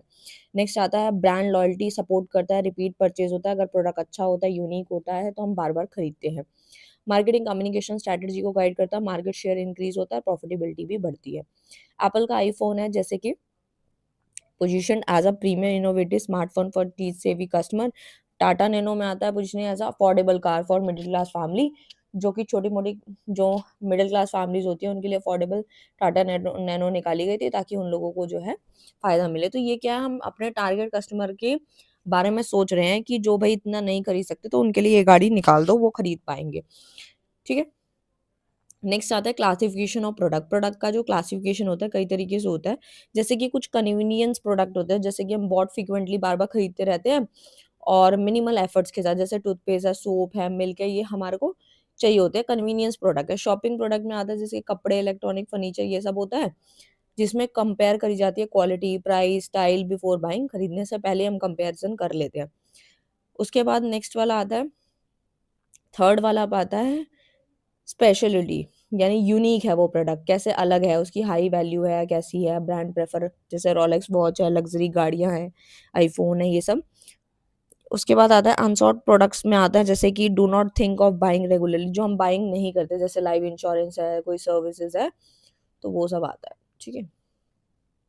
इंडस्ट्रियल प्रोडक्ट में आता है जैसे कच्चा माल, रॉ मटेरियल, कॉटन, आयरन, ये सब। कैपिटल गुड्स जैसे कि मशीनरी गुड्स होते हैं, जैसे कि आपकी फैक्ट्री, बिल्डिंग, मशीन्स, ये सब, जैसे equipment, machinery, building use for production, ये सब जब इस्तेमाल होते हैं किसी भी चीज़ को बनाने के लिए, तो वो हमारे कैपिटल गुड्स होते हैं, जो कि काफ़ी महंगे होते हैं, जिसमें मशीनरी का इस्तेमाल होता है।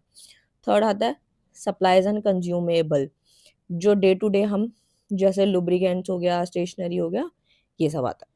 कंपोनेंट्स पार्ट्स में आता है जैसे tyre for car, microchip for electronic, ये कंपोनेंट पार्ट्स होते हैं।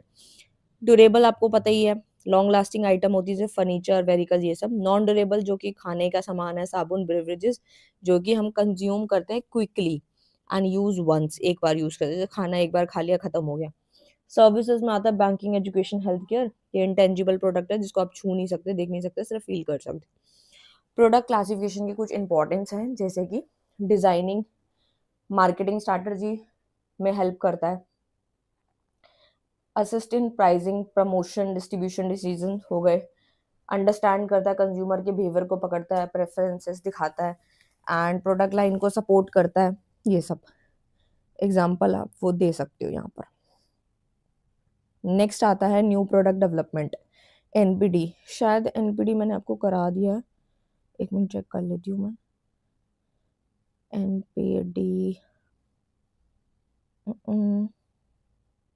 हाँ, न्यू प्रोडक्ट डेवलपमेंट मैंने आपको करवा दिया है, वही मैं सोचू रिपीटेड लग रहा है मुझे, हो जाता है जो बना रहे होते हैं ना। हाँ, ये करा चुकी हूँ, 12th क्वेश्चन काट दो, ठीक है, ये हो चुका है ऑलरेडी। तो टोटल 11 क्वेश्चंस थे जो कि इम्पॉर्टेंट थे और सारे मैंने करवा दिए। उसके बाद 13 क्वेश्चन आपका शॉर्ट नोट का है, जो कि हम मोस्टली कर चुके हैं। जो नहीं किया होगा वो समझा देती हूँ मैं, देखो जिसमें से क्या क्या कर चुके हैं। और ये 13 क्वेश्चन सिर्फ उनको करना है जो कि 90 टू 95% लाना चाहते हैं, वो कर लें, बाकी छोड़ देना। जैसे कि इसमें से ब्रांडिंग हो चुका है, ठीक है, रूरल मार्केटिंग डिस्ट्रीब्यूशन हो गया है, और ये पोजीशनिंग भी हो चुका है, रिटेलिंग भी हो चुका है। देख लेते हैं बाकी जो जो रह गए, 2-3 तो हो चुके हैं, 1-2 रह गए। ब्रांडिंग जैसे हो चुका है, ठीक है, ब्रांडिंग हटा दो, ठीक है, ब्रांडिंग हो चुका है। रूरल मार्केटिंग समझ लेते हैं एक बारी। रूरल मार्केटिंग में आता है marketing of goods and services specifically to rural consumer, जो हमारे गांव के जो कंज्यूमर्स होते हैं उनके लिए बनाई गई है ये, उसी को रूरल मार्केटिंग कहते हैं। फीचर्स में आता है जो कि फोकस करता है अफोर्डेबिलिटी पे, एक्सेसिबिलिटी पे और अवेयरनेस पे। जैसे कि चैलेंजेस क्या है, जहाँ पे पढ़े लिखे लोग कम हैं, इंफ्रास्ट्रक्चर भी गांव में आपको पता है कैसा होता है, ठीक है, और लिमिटेड मीडिया रीच होती है, ठीक है, ये सब रहता है इसके अंदर। एंड इसके एग्जांपल हैं अमूल डेयरी प्रोडक्ट, पतंजलि के प्रोडक्ट, ये सब होते हैं। इम्पोर्टेंस में आता है इसके लार्ज अनटेप मार्केट है, ग्रोइंग रूरल परचेजिंग पावर, धीरे धीरे हो रही हैं चीज़ें, बढ़ रही हैं, बस उस लेवल पे नहीं है जितना शहर में मिलते हैं चीज़ें, फायदे होते हैं या चीज़ें मिलती हैं उस हिसाब से गांव में नहीं मिलती हैं। ई टेलिंग में आता है इलेक्ट्रॉनिक रिटेलिंग, जिसमें आता है selling product and service online विया द इंटरनेट। इंटरनेट की मदद के द्वारा गुड्स या सर्विसेज मिलती हैं, जैसे कि गुड्स का एग्जांपल आप ले सकते हो, अमेजोन, फ्लिपकार्ट, मिंत्रा से आप सामान मंगाते हो तो इलेक्ट्रॉनिक है, यानी कि इंटरनेट की मदद के द्वारा आपने सामान मंगाया। और सर्विस में क्या आता है, सर्विस में जैसे कि मान लो आपने अर्बन क्लैब से कोई सैलून की सर्विस लेनी है, या फिर अपने घर को पेंट कराना है, अर्बन क्लैब से दो पेंटर बुलवा लिए, प्लम्बर बुलवा लिए, ये सर्विसेज है, ठीक है। तो ये ई टेलिंग का पार्ट है। इसका फीचर कैसा है, 24/7 अवेलेबिलिटी रहती है, डोर स्टेप डिलीवरी होती है, घर आके आपकी डिलीवरी मिलती है, डिजिटल आप पेमेंट कर सकते हो। फायदे हैं कि कन्वीनियंस है, वाइड रीच है, कॉस्ट इफेक्टिव फॉर सेलर्स है। एंड बुराई क्या है कि हम टेक्नोलॉजी पे पूरा डिपेंड हो चुके हैं, और डिलीवरी डिले हो गई तो हमारा नुकसान है, और पर्सनल टच भी लिमिटेड रहता है इसके अंदर, ठीक है। पोजिशनिंग करवा दिया। ब्रेक इवन एनालिसिस एक बार समझ लेते हैं। इसका एक फॉर्मूला होता है, वो पॉइंट होता है ये जहाँ पे total revenue is equal to total cost होती है, जहाँ पे ना कोई प्रॉफिट होता है ना कोई लॉस होता है। एंड इसका फॉर्मूला क्या है, फिक्स कॉस्ट अपॉन में सेलिंग पर price per unit minus variable cost per unit. तो ये इसका फॉर्मूला आप लिख कर आ सकते हो, ठीक है। एंड इसका पर्पस क्या है, help in pricing, cost control करना, डिसीजन मेक करना। एग्जाम्पल के तौर पे बताया गया, company knows how many units must be sold to cover cost, कि कितने यूनिट्स उसको बेचनी है ताकि उसकी कॉस्ट जो है वो कवर हो जाए, ठीक है। चैनल ऑफ डिस्ट्रीब्यूशन में करवा चुकी हूँ, ठीक है। सेलिंग थ्योरी भी हो चुका है, बस इसके अंदर एक चीज समझ लो, how sales occur and how the persuade customer to a buy product, यानी कि फिर वही चीज आ जाती है, प्रोडक्ट के feature, benefit, customer, closing the sale, ये सब चीजें सेलिंग थ्योरी में आती हैं। जैसे कि एग्जांपल के तौर पे car sales person demonstrated treating a vehicle feature to convince the buyer, यानी कि जो कार जो है जिसको सेल करनी है वो अपने प्रोडक्ट के बारे में बता देगा, कन्विंस करेगा बायर को ताकि वो खरीद ले। तो सेलिंग में तो होता ही यही है कि हम कोई भी प्रोडक्ट अगर बेच रहे हैं तो उसके उसके बेनिफिट्स, उसके फीचर्स और कस्टमर के बारे में जो वो लेना चाहता है उसके हिसाब से उससे बात करना, क्या सेल प्राइस है, ये सब बताते हैं, वही हमारा सेलिंग थ्योरी होती है। प्रोडक्ट के बारे में तो ऑलरेडी मैं पढ़ा ही चुकी हूँ आपको, ठीक है। उसके बाद क्या रह गया आपका, प्रोडक्ट हो गया, रूरल मार्केट, रूरल मार्केटिंग भी करा दिया मैंने। एंड मार्केट टारगेटिंग भी फिर से मुझे रिपीटेड लग रहा है। एंड ये कुछ क्वेश्चन है रिपीटेड है, जैसे कि प्राइस डिटर्मिनेशन भी मैंने कराया था, मैं एक बार चेक कर लेती हूँ। मार्केट टारगेटिंग आई थिंक ये रिपीटेड है, वेट मैं चेक कर लेती हूँ।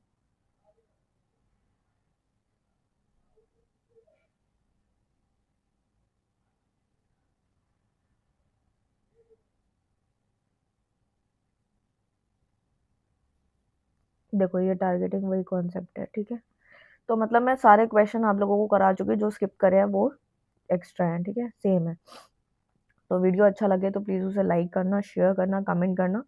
नेक्स्ट वीडियो जल्दी ही आ जाएगी। जिन बच्चों को ये पीडीएफ चाहिए व्हाट्सएप करके ले सकते हैं, अभी अच्छा खासा ऑफर भी चल रहा है।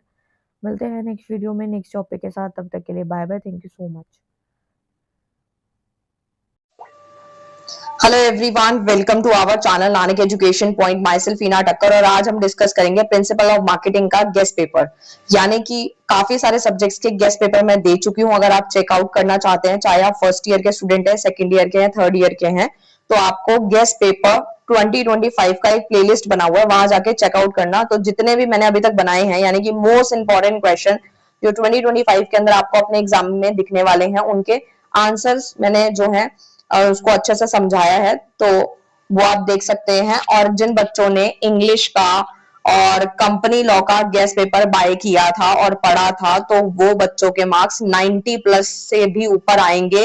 90% कह लो या 90 या 85-90 के अप्रॉक्स जो है आराम से लेकर आएंगे वो, क्योंकि काफी सारे बच्चों ने मुझसे बताया कि मैम वही सेम डिट्टो क्वेश्चंस थे और हमने बस आपका ये गेस्ट पेपर पढ़ा था और 1-2 घंटे पहले ही हम लोगों की तैयारी हो गई थी अच्छी खासी।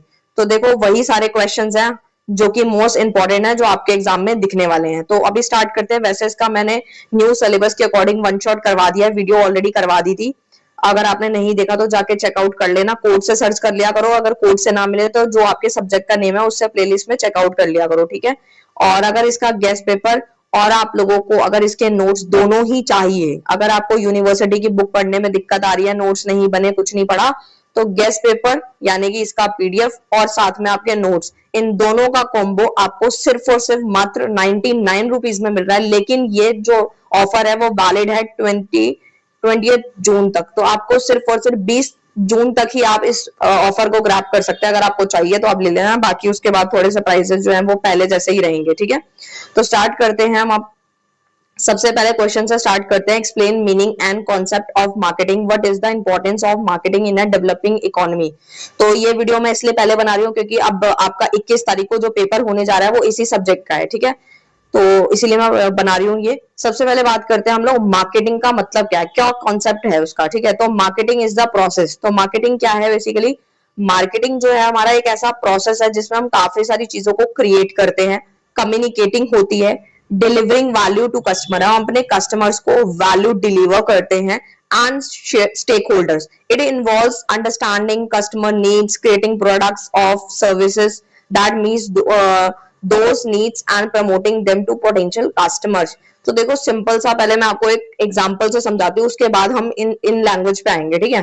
तो मार्केटिंग होता क्या है सबसे पहले तो, और हम ये जो सब्जेक्ट पढ़ रहे हैं प्रिंसिपल ऑफ मार्केटिंग, इसमें हम पूरे मार्केटिंग के बारे में जानेंगे कि मार्केट के अंदर कौन कौन से प्रोडक्ट होते हैं, प्रोडक्ट को कैसे प्रमोट किया जाता है, कस्टमर को कैसे टारगेट किया जाता है। कि अगर हम सोचो कि हम सिर्फ प्रोडक्ट बनाने पे ध्यान दें, कस्टमर की नीड पे कोई भी ध्यान ना दें, ये मैं सिर्फ अभी अपना एग्जांपल समझा रही हूँ सो दैट आपको ये चैप्टर जो ये पूरी बुक है या गेस्ट पेपर है उसमें इंटरेस्ट आए कि हम क्या पढ़ने वाले हैं। जिन बच्चों ने अभी तक कुछ नहीं पढ़ा, बुक भी नहीं पढ़ी, तो उनको एटलीस्ट समझ आएगा कि इस सब्जेक्ट में है क्या एक्चुअल में। तो मैं वही समझाना चाह रही हूँ आप लोगों को कि जब भी कोई प्रोडक्ट आता है या मार्केट में आता है या ऑलरेडी पहले से एग्जिस्टेंस में है, तो कस्टमर के बारे में सोचना पड़ता है, कस्टमर को अटेंशन देनी पड़ती है। कस्टमर का बिहेवियर आजकल बहुत जल्दी से चेंज हो जाता है, तो कैसे उसको टारगेट करना है, उसकी एक्चुअल नीड क्या है, वो कितना प्राइस दे सकता है, कौन सा ब्रांड उसको पसंद आएगा, क्या क्वालिटी उसको देनी चाहिए, ये सारी बातें हम इस सब्जेक्ट के अंदर करने वाले हैं। तो मार्केटिंग बहुत ही मेन इंपॉर्टेंट प्रोसेस है जिसमें काफी सारी चीजें क्रिएट होती है, कम्युनिकेटिंग होती है और हम अपने कस्टमर को वैल्यू डिलीवर करते हैं एंड स्टेक होल्डर्स को।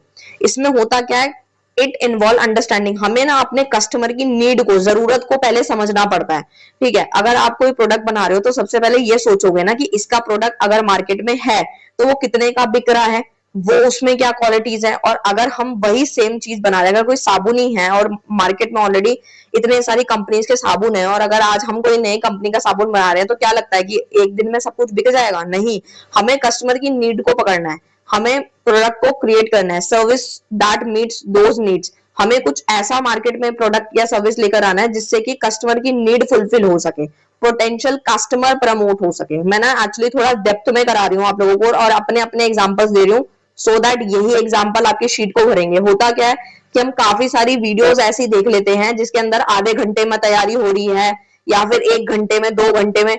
आपको बस कॉन्सेप्ट समझना है और एग्जाम्पल तो सबसे मस्ट है। जो जो मैं समझाती हूँ ना वही एग्जाम्पल अगर आपको वहां याद आ गया ना तो आपके 2 क्या 4 पेज भी आप भर दोगे। सबसे पहले मैं बता रही हूँ, अगर आप चाहते हो ना कि मार्केटिंग में अच्छा मार्क्स स्कोर करो तो फ्लो चार्ट बनाना बिल्कुल नहीं भूलना, अपने मेन वर्ड को हाईलाइट करना बिल्कुल नहीं भूलना, ठीक है। ये सारे पॉइंट्स आपको ध्यान में रखने हैं, ठीक है। और डेफिनेशन तो आपको पता ही है, करके जानी ही है, फीचर्स वगैरह। की कॉन्सेप्ट ऑफ मार्केटिंग बोलता है सम की कॉन्सेप्ट ऑफ मार्केटिंग इंक्लूड्स, यानी कि मार्केटिंग के कॉन्सेप्ट में क्या क्या चीजें आती हैं। सबसे पहले की बात करूं तो कस्टमर ओरिएंटेशन आता है। इसमें हमें ना कस्टमर की नीड एंड प्रेफरेंस को अंडरस्टैंड करना पड़ता है, समझना पड़ता है। वैल्यू क्रिएशन की बात करूं तो हमें अपने प्रोडक्ट एंड सर्विस को क्रिएट करना है सो दैट कस्टमर की जरूरत पूरी हो और एक अच्छी वैल्यू प्रोवाइड हो, क्योंकि अगर आप अपने कस्टमर की नीड को फुलफिल करते हो तो कस्टमर दोबारा भी आएगा। ठीक है, आप उसकी वैल्यू करोगे तो डेफिनेटली वो दोबारा आएगा आपकी शॉप तक। सेगमेंटेशन में आता है targeting and positioning, STB, identifying specific customer segment. आपको ना कस्टमर सेगमेंट का एक स्पेसिफिक कस्टमर जो होता है ना, पर्टिकुलर जिसे बोलते हैं हम लोग, उसका सेगमेंट को पहचानना है, टारगेट करना है। ठीक है, एंड उसको उसके हिसाब से सर्विस प्रोवाइड करनी है। अब मैं आपको एक छोटे से एग्जांपल से समझाती हूँ तो आपको ज्यादा समझ में आएगा। पहले ये मार्केटिंग, पहले इतना समझो। ठीक है, अब सपोज आपने कोई दुकान खोली, अब आप ऑनलाइन दुकान खोलो चाहे ऑफलाइन खोलो, अब दोनों में बस यही कुछ अंतर है, लेकिन यहाँ पे हमें पकड़ना कस्टमर को ही है। बस फर्क यह आता है, कंपटीशन लेवल का फर्क आ जाता है कि अगर आप ऑनलाइन कुछ चीज सेल कर रहे हो, थ्रू आप इंस्टाग्राम के द्वारा बेच रहे हो या फिर आप अमेजोन पे बेच रहे हो, फ्लिपकार्ट पे बेच रहे हो, तो आपके साथ बहुत सारे कॉम्पिटिटर हैं। आपको उनके उनके साथ भी लड़ना है कि किस तरीके से आप अपने कस्टमर की नीड को फुलफिल करोगे। और अगर आपका कोई प्रोडक्ट मान लो कस्टमर को पसंद नहीं आता, तो आप अगर बोल दो कि रिटर्न नहीं होगा, रिटर्न पॉलिसी नहीं है, या फिर आप रिटर्न नहीं कर रहे हो, या फिर आप काफी सारी चीजें हैं और आप हमेशा गलत प्रोडक्ट ही बेच रहे हो और अच्छी क्वालिटी नहीं है, तो आप अपने कस्टमर की नीड को नहीं पकड़ पा रहे हो और आप दोबारा मार्केट में नहीं टिक पाओगे।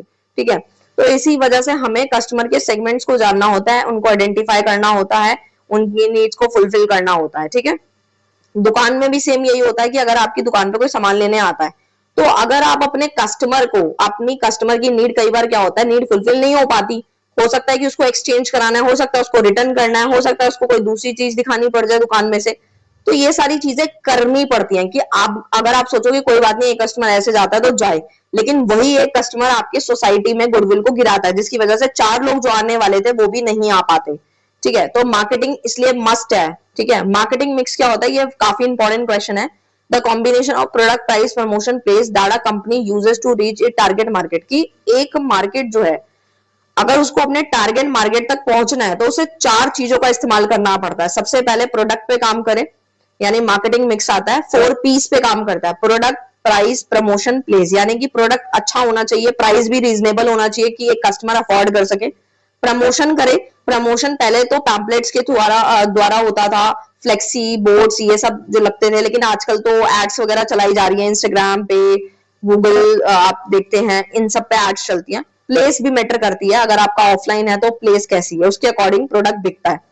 Importance of marketing in a developing economy, की इकोनॉमी अगर डेवलप्ड है तो मार्केटिंग की क्या महत्व है, वहां पे इंपॉर्टेंस क्या है। मैं ना थोड़ा हिंदी में इंग्लिश में करके बोलती हूँ, सो दैट कि अगर किसी बच्चे को अगर हिंदी नहीं भी आती तो वो भी समझ सकता है, और किसी को अगर इंग्लिश में थोड़ी दिक्कत है तो वो भी समझ सकता है।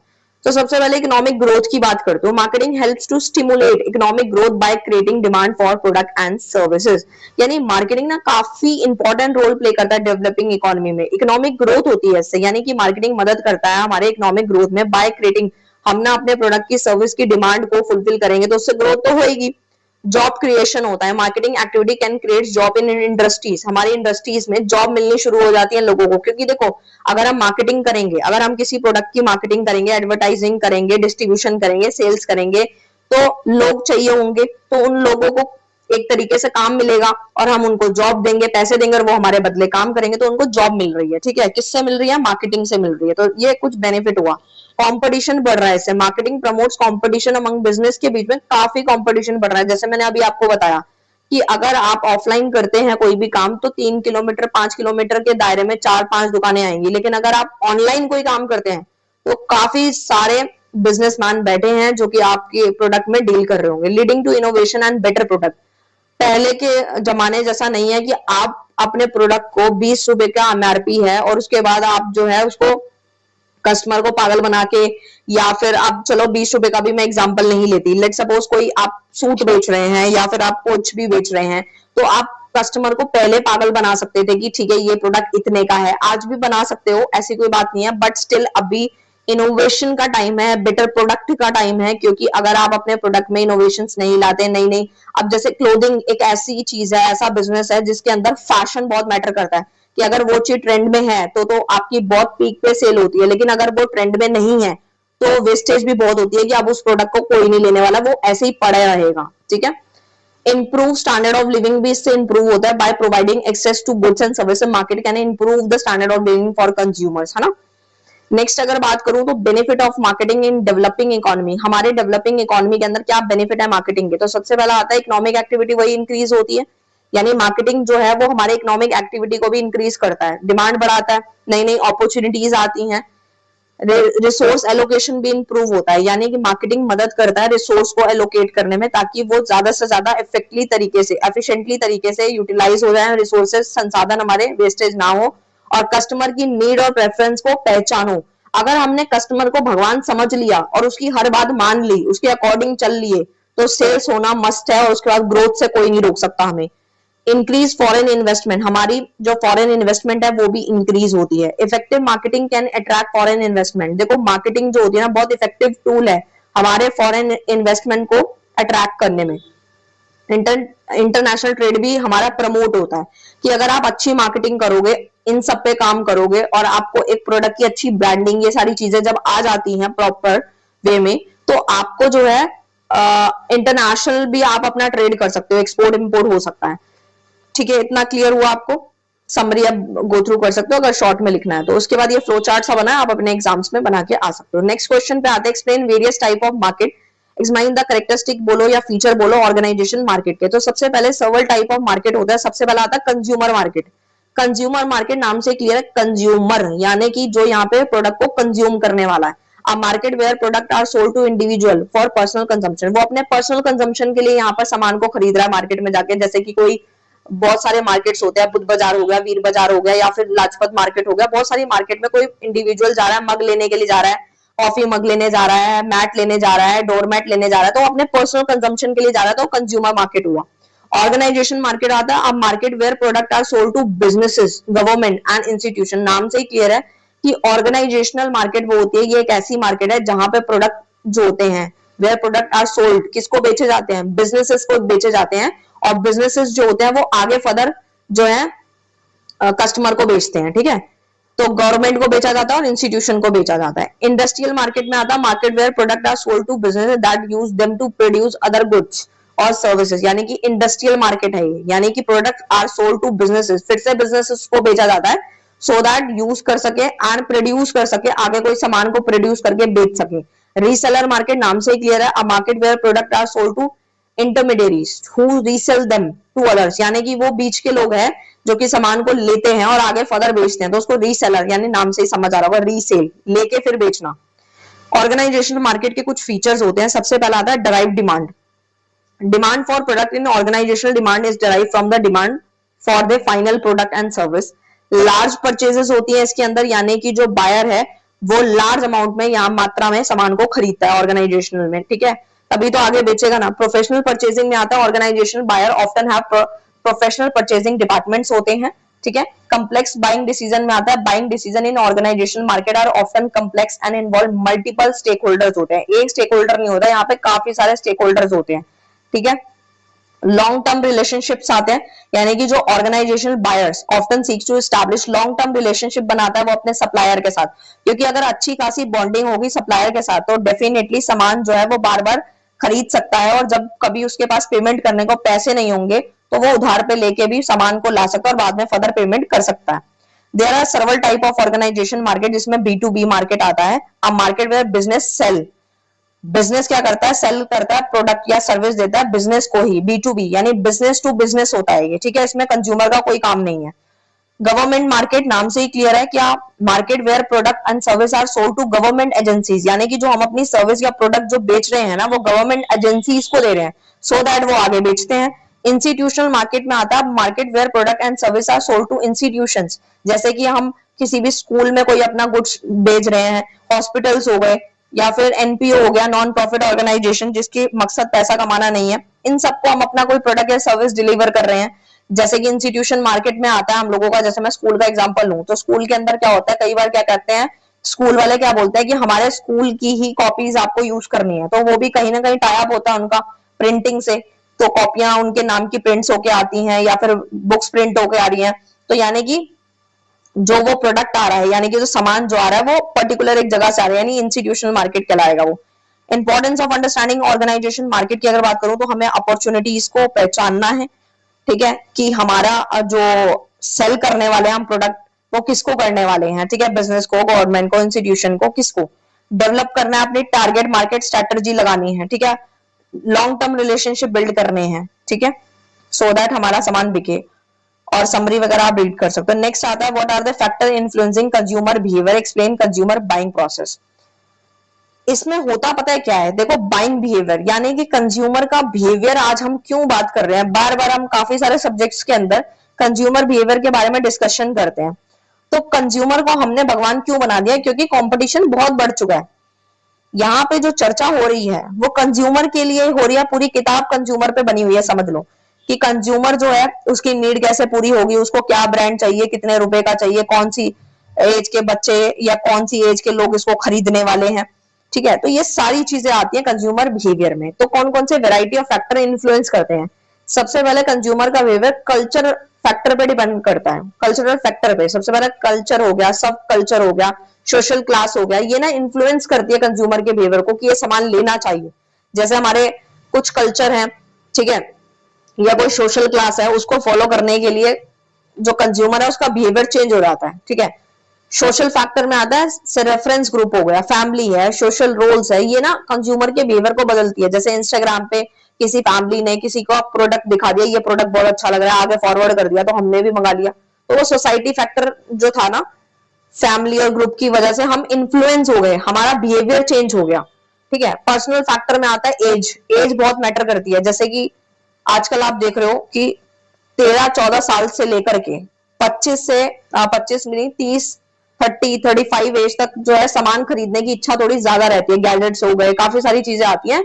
तो हमारे ये एज पे डिपेंड करती है। ऑक्यूपेशन में अगर हमारी इनकम अच्छी है तो हम अच्छी खासी गाड़ी वगैरह बाय करेंगे, ठीक है, और हम ब्रांड वॉच खरीदेंगे या फिर ब्रांडेड क्लोथ्स खरीदेंगे। हमारा लाइफस्टाइल जो है वो हमें कंज्यूमर के बिहेवियर को बदलता है। साइकोलॉजिकल फैक्टर्स आते हैं जिसमें मोटिवेशन आता है, लर्निंग है, कुछ हमने चीज लर्न करी है, कुछ नया सीखा तो उसको देख करके हमारा बिहेवियर बदल गया। ऐसे consumer buying process involve the following stages आती है। सबसे पहला आता है प्रॉब्लम रिकग्निशन, यानी कि आप अपने कंज्यूमर की जो प्रॉब्लम है ना, जो नीड है, उसको पहचानो पहले कि उसकी एक्चुअल में जरूरत क्या है, उसको चाहिए क्या। फिर इंफॉर्मेशन सर्च करो उसके ऊपर, ठीक है, यानी पोटेंशियल सोल्यूशन देखो कि कंज्यूमर तक कैसे पहुंचा जाए, ठीक है। इवैल्यूएशन ऑफ ऑल्टरनेटिव्स है कि आपको जो कंज्यूमर है वो इवैल्यूएट डिफरेंट ऑप्शन। कंज्यूमर क्या करता है, एक सामान लेता है ना तो 10 जगह सर्च करता है, ठीक है। आजकल बहुत ज्यादा सोशल मीडिया का जमाना है, तो छोटे से छोटा सामान लेने के लिए भी हम बहुत सर्च करते हैं, ठीक है। परचेज डिसीजन, ठीक है, ये भी होता है। पोस्ट परचेज इवैल्यूएशन में क्या आता है, सेटिस्फेक्शन मस्ट होता है। The consumer evaluate the satisfaction with the purchase, कि अगर किसी कंज्यूमर ने कोई प्रोडक्ट खरीदा है तो उसका फीडबैक, रिव्यूज वगैरह टाइम टू टाइम लेते रहो, सो दैट पता लगता रहेगा कि वो कितना सेटिस्फायर और दोबारा लेगा या नहीं। Importance of understanding consumer behaviour में आता है कस्टमर, वही सारे पॉइंट्स है, कस्टमर की नीड को पहचानो, स्ट्रैटेजीज लगा सकते हो आप, टारगेट कस्टमर की नीड्स क्या है, एंड कस्टमर सेटिस्फेक्शन को बढ़ाते रहो और लॉयल्टी के साथ, ठीक है, कस्टमर की सेटिस्फेक्शन को बढ़ाओ और लॉयल रहो अपने कस्टमर के साथ।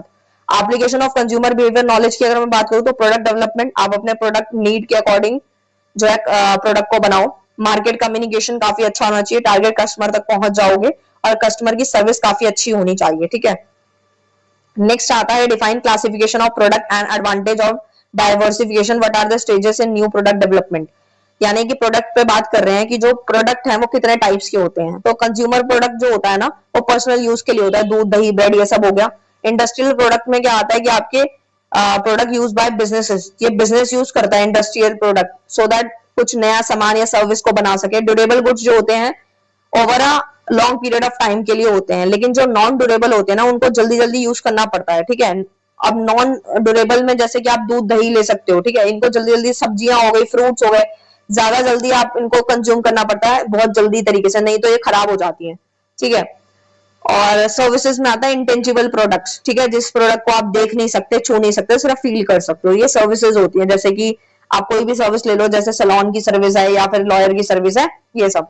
डाइवर्सिफिकेशन के एडवांटेजेस क्या है कि इससे रिड्यूस होता है रिस्क वगैरह कम होता है, जैसे spreading risk across multiple product and market हो गया। अपॉर्चुनिटीज इंक्रीज होती है, कॉम्पिटिटिवनेस इंप्रूव होता है, ठीक है। मार्केट शेयर भी इंक्रीज होता है, किससे? डाइवर्सिफिकेशन, ठीक है। नेक्स्ट आते हैं हम लोग अपने यहाँ पर न्यू प्रोडक्ट डेवलपमेंट प्रोसेस अगर होता है तो क्या क्या हम प्रोसेस से गुजरते हैं, स्टेजेस कौन सी है। सबसे पहले आइडिया जनरेट करो अपने माइंड में, यानी कि क्या नया प्रोडक्ट मार्केट में लाना है। फिर आइडिया स्क्रीनिंग करनी होती है, यानी कि इवेलुएट करना है और सिलेक्ट करना है आइडियाज फॉर फर्दर डेवलपमेंट, ये आगे डेवलपमेंट के लिए हमें कौन कौन से आइडियाज, अच्छे अच्छे आइडियाज लगाने हैं, इवेल्युएशन करना है। फिर ना कॉन्सेप्ट डेवलपमेंट होता है, यानी कि डिटेल कॉन्सेप्ट होना चाहिए नए प्रोडक्ट के ऊपर कि वो प्रोडक्ट क्या है, कैसे बिकेगा, क्या है वो एक्चुअल में, किस तरीके की उसमें चीजें होनी चाहिए। प्रोडक्ट डेवलपमेंट में आता है कि उसके design and the testing the new product, अपने प्रोडक्ट को ही टेस्ट करना पड़ता है, ठीक है, और उसकी अच्छी डिजाइनिंग करनी पड़ती है। टेस्ट मार्केटिंग में आता है कि testing the new product in a small market, छोटी छोटी मार्केट में पहले अपने न्यू प्रोडक्ट को टेस्ट करना पड़ता है कि वो कैसा चल रहा है। लॉन्च करना आता है कि launching the new product in the market, यानी उसके बाद आता है लॉन्चिंग द न्यू प्रोडक्ट, कि आपने अपने न्यू प्रोडक्ट को मार्केट में लॉन्च कर दिया है, ठीक है। न्यू प्रोडक्ट डेवलपमेंट के कुछ इंपॉर्टेंस है, तो सबसे पहला आता है स्टे कम्पिटिटिव, यानी कि stay ahead of competitor by introducing new product. आपको कस्टमर की नीड को जो नीड चेंजिंग, जो कस्टमर की नीड जो चेंज हो रही है ना, उसको पकड़ना है, ठीक है, उसकी प्रेफरेंस को पकड़ना है। इससे क्या होगा, अगर ये सब कर लोगे ना तो रेवेन्यू ऑटोमेटिकली बढ़ जाएगी और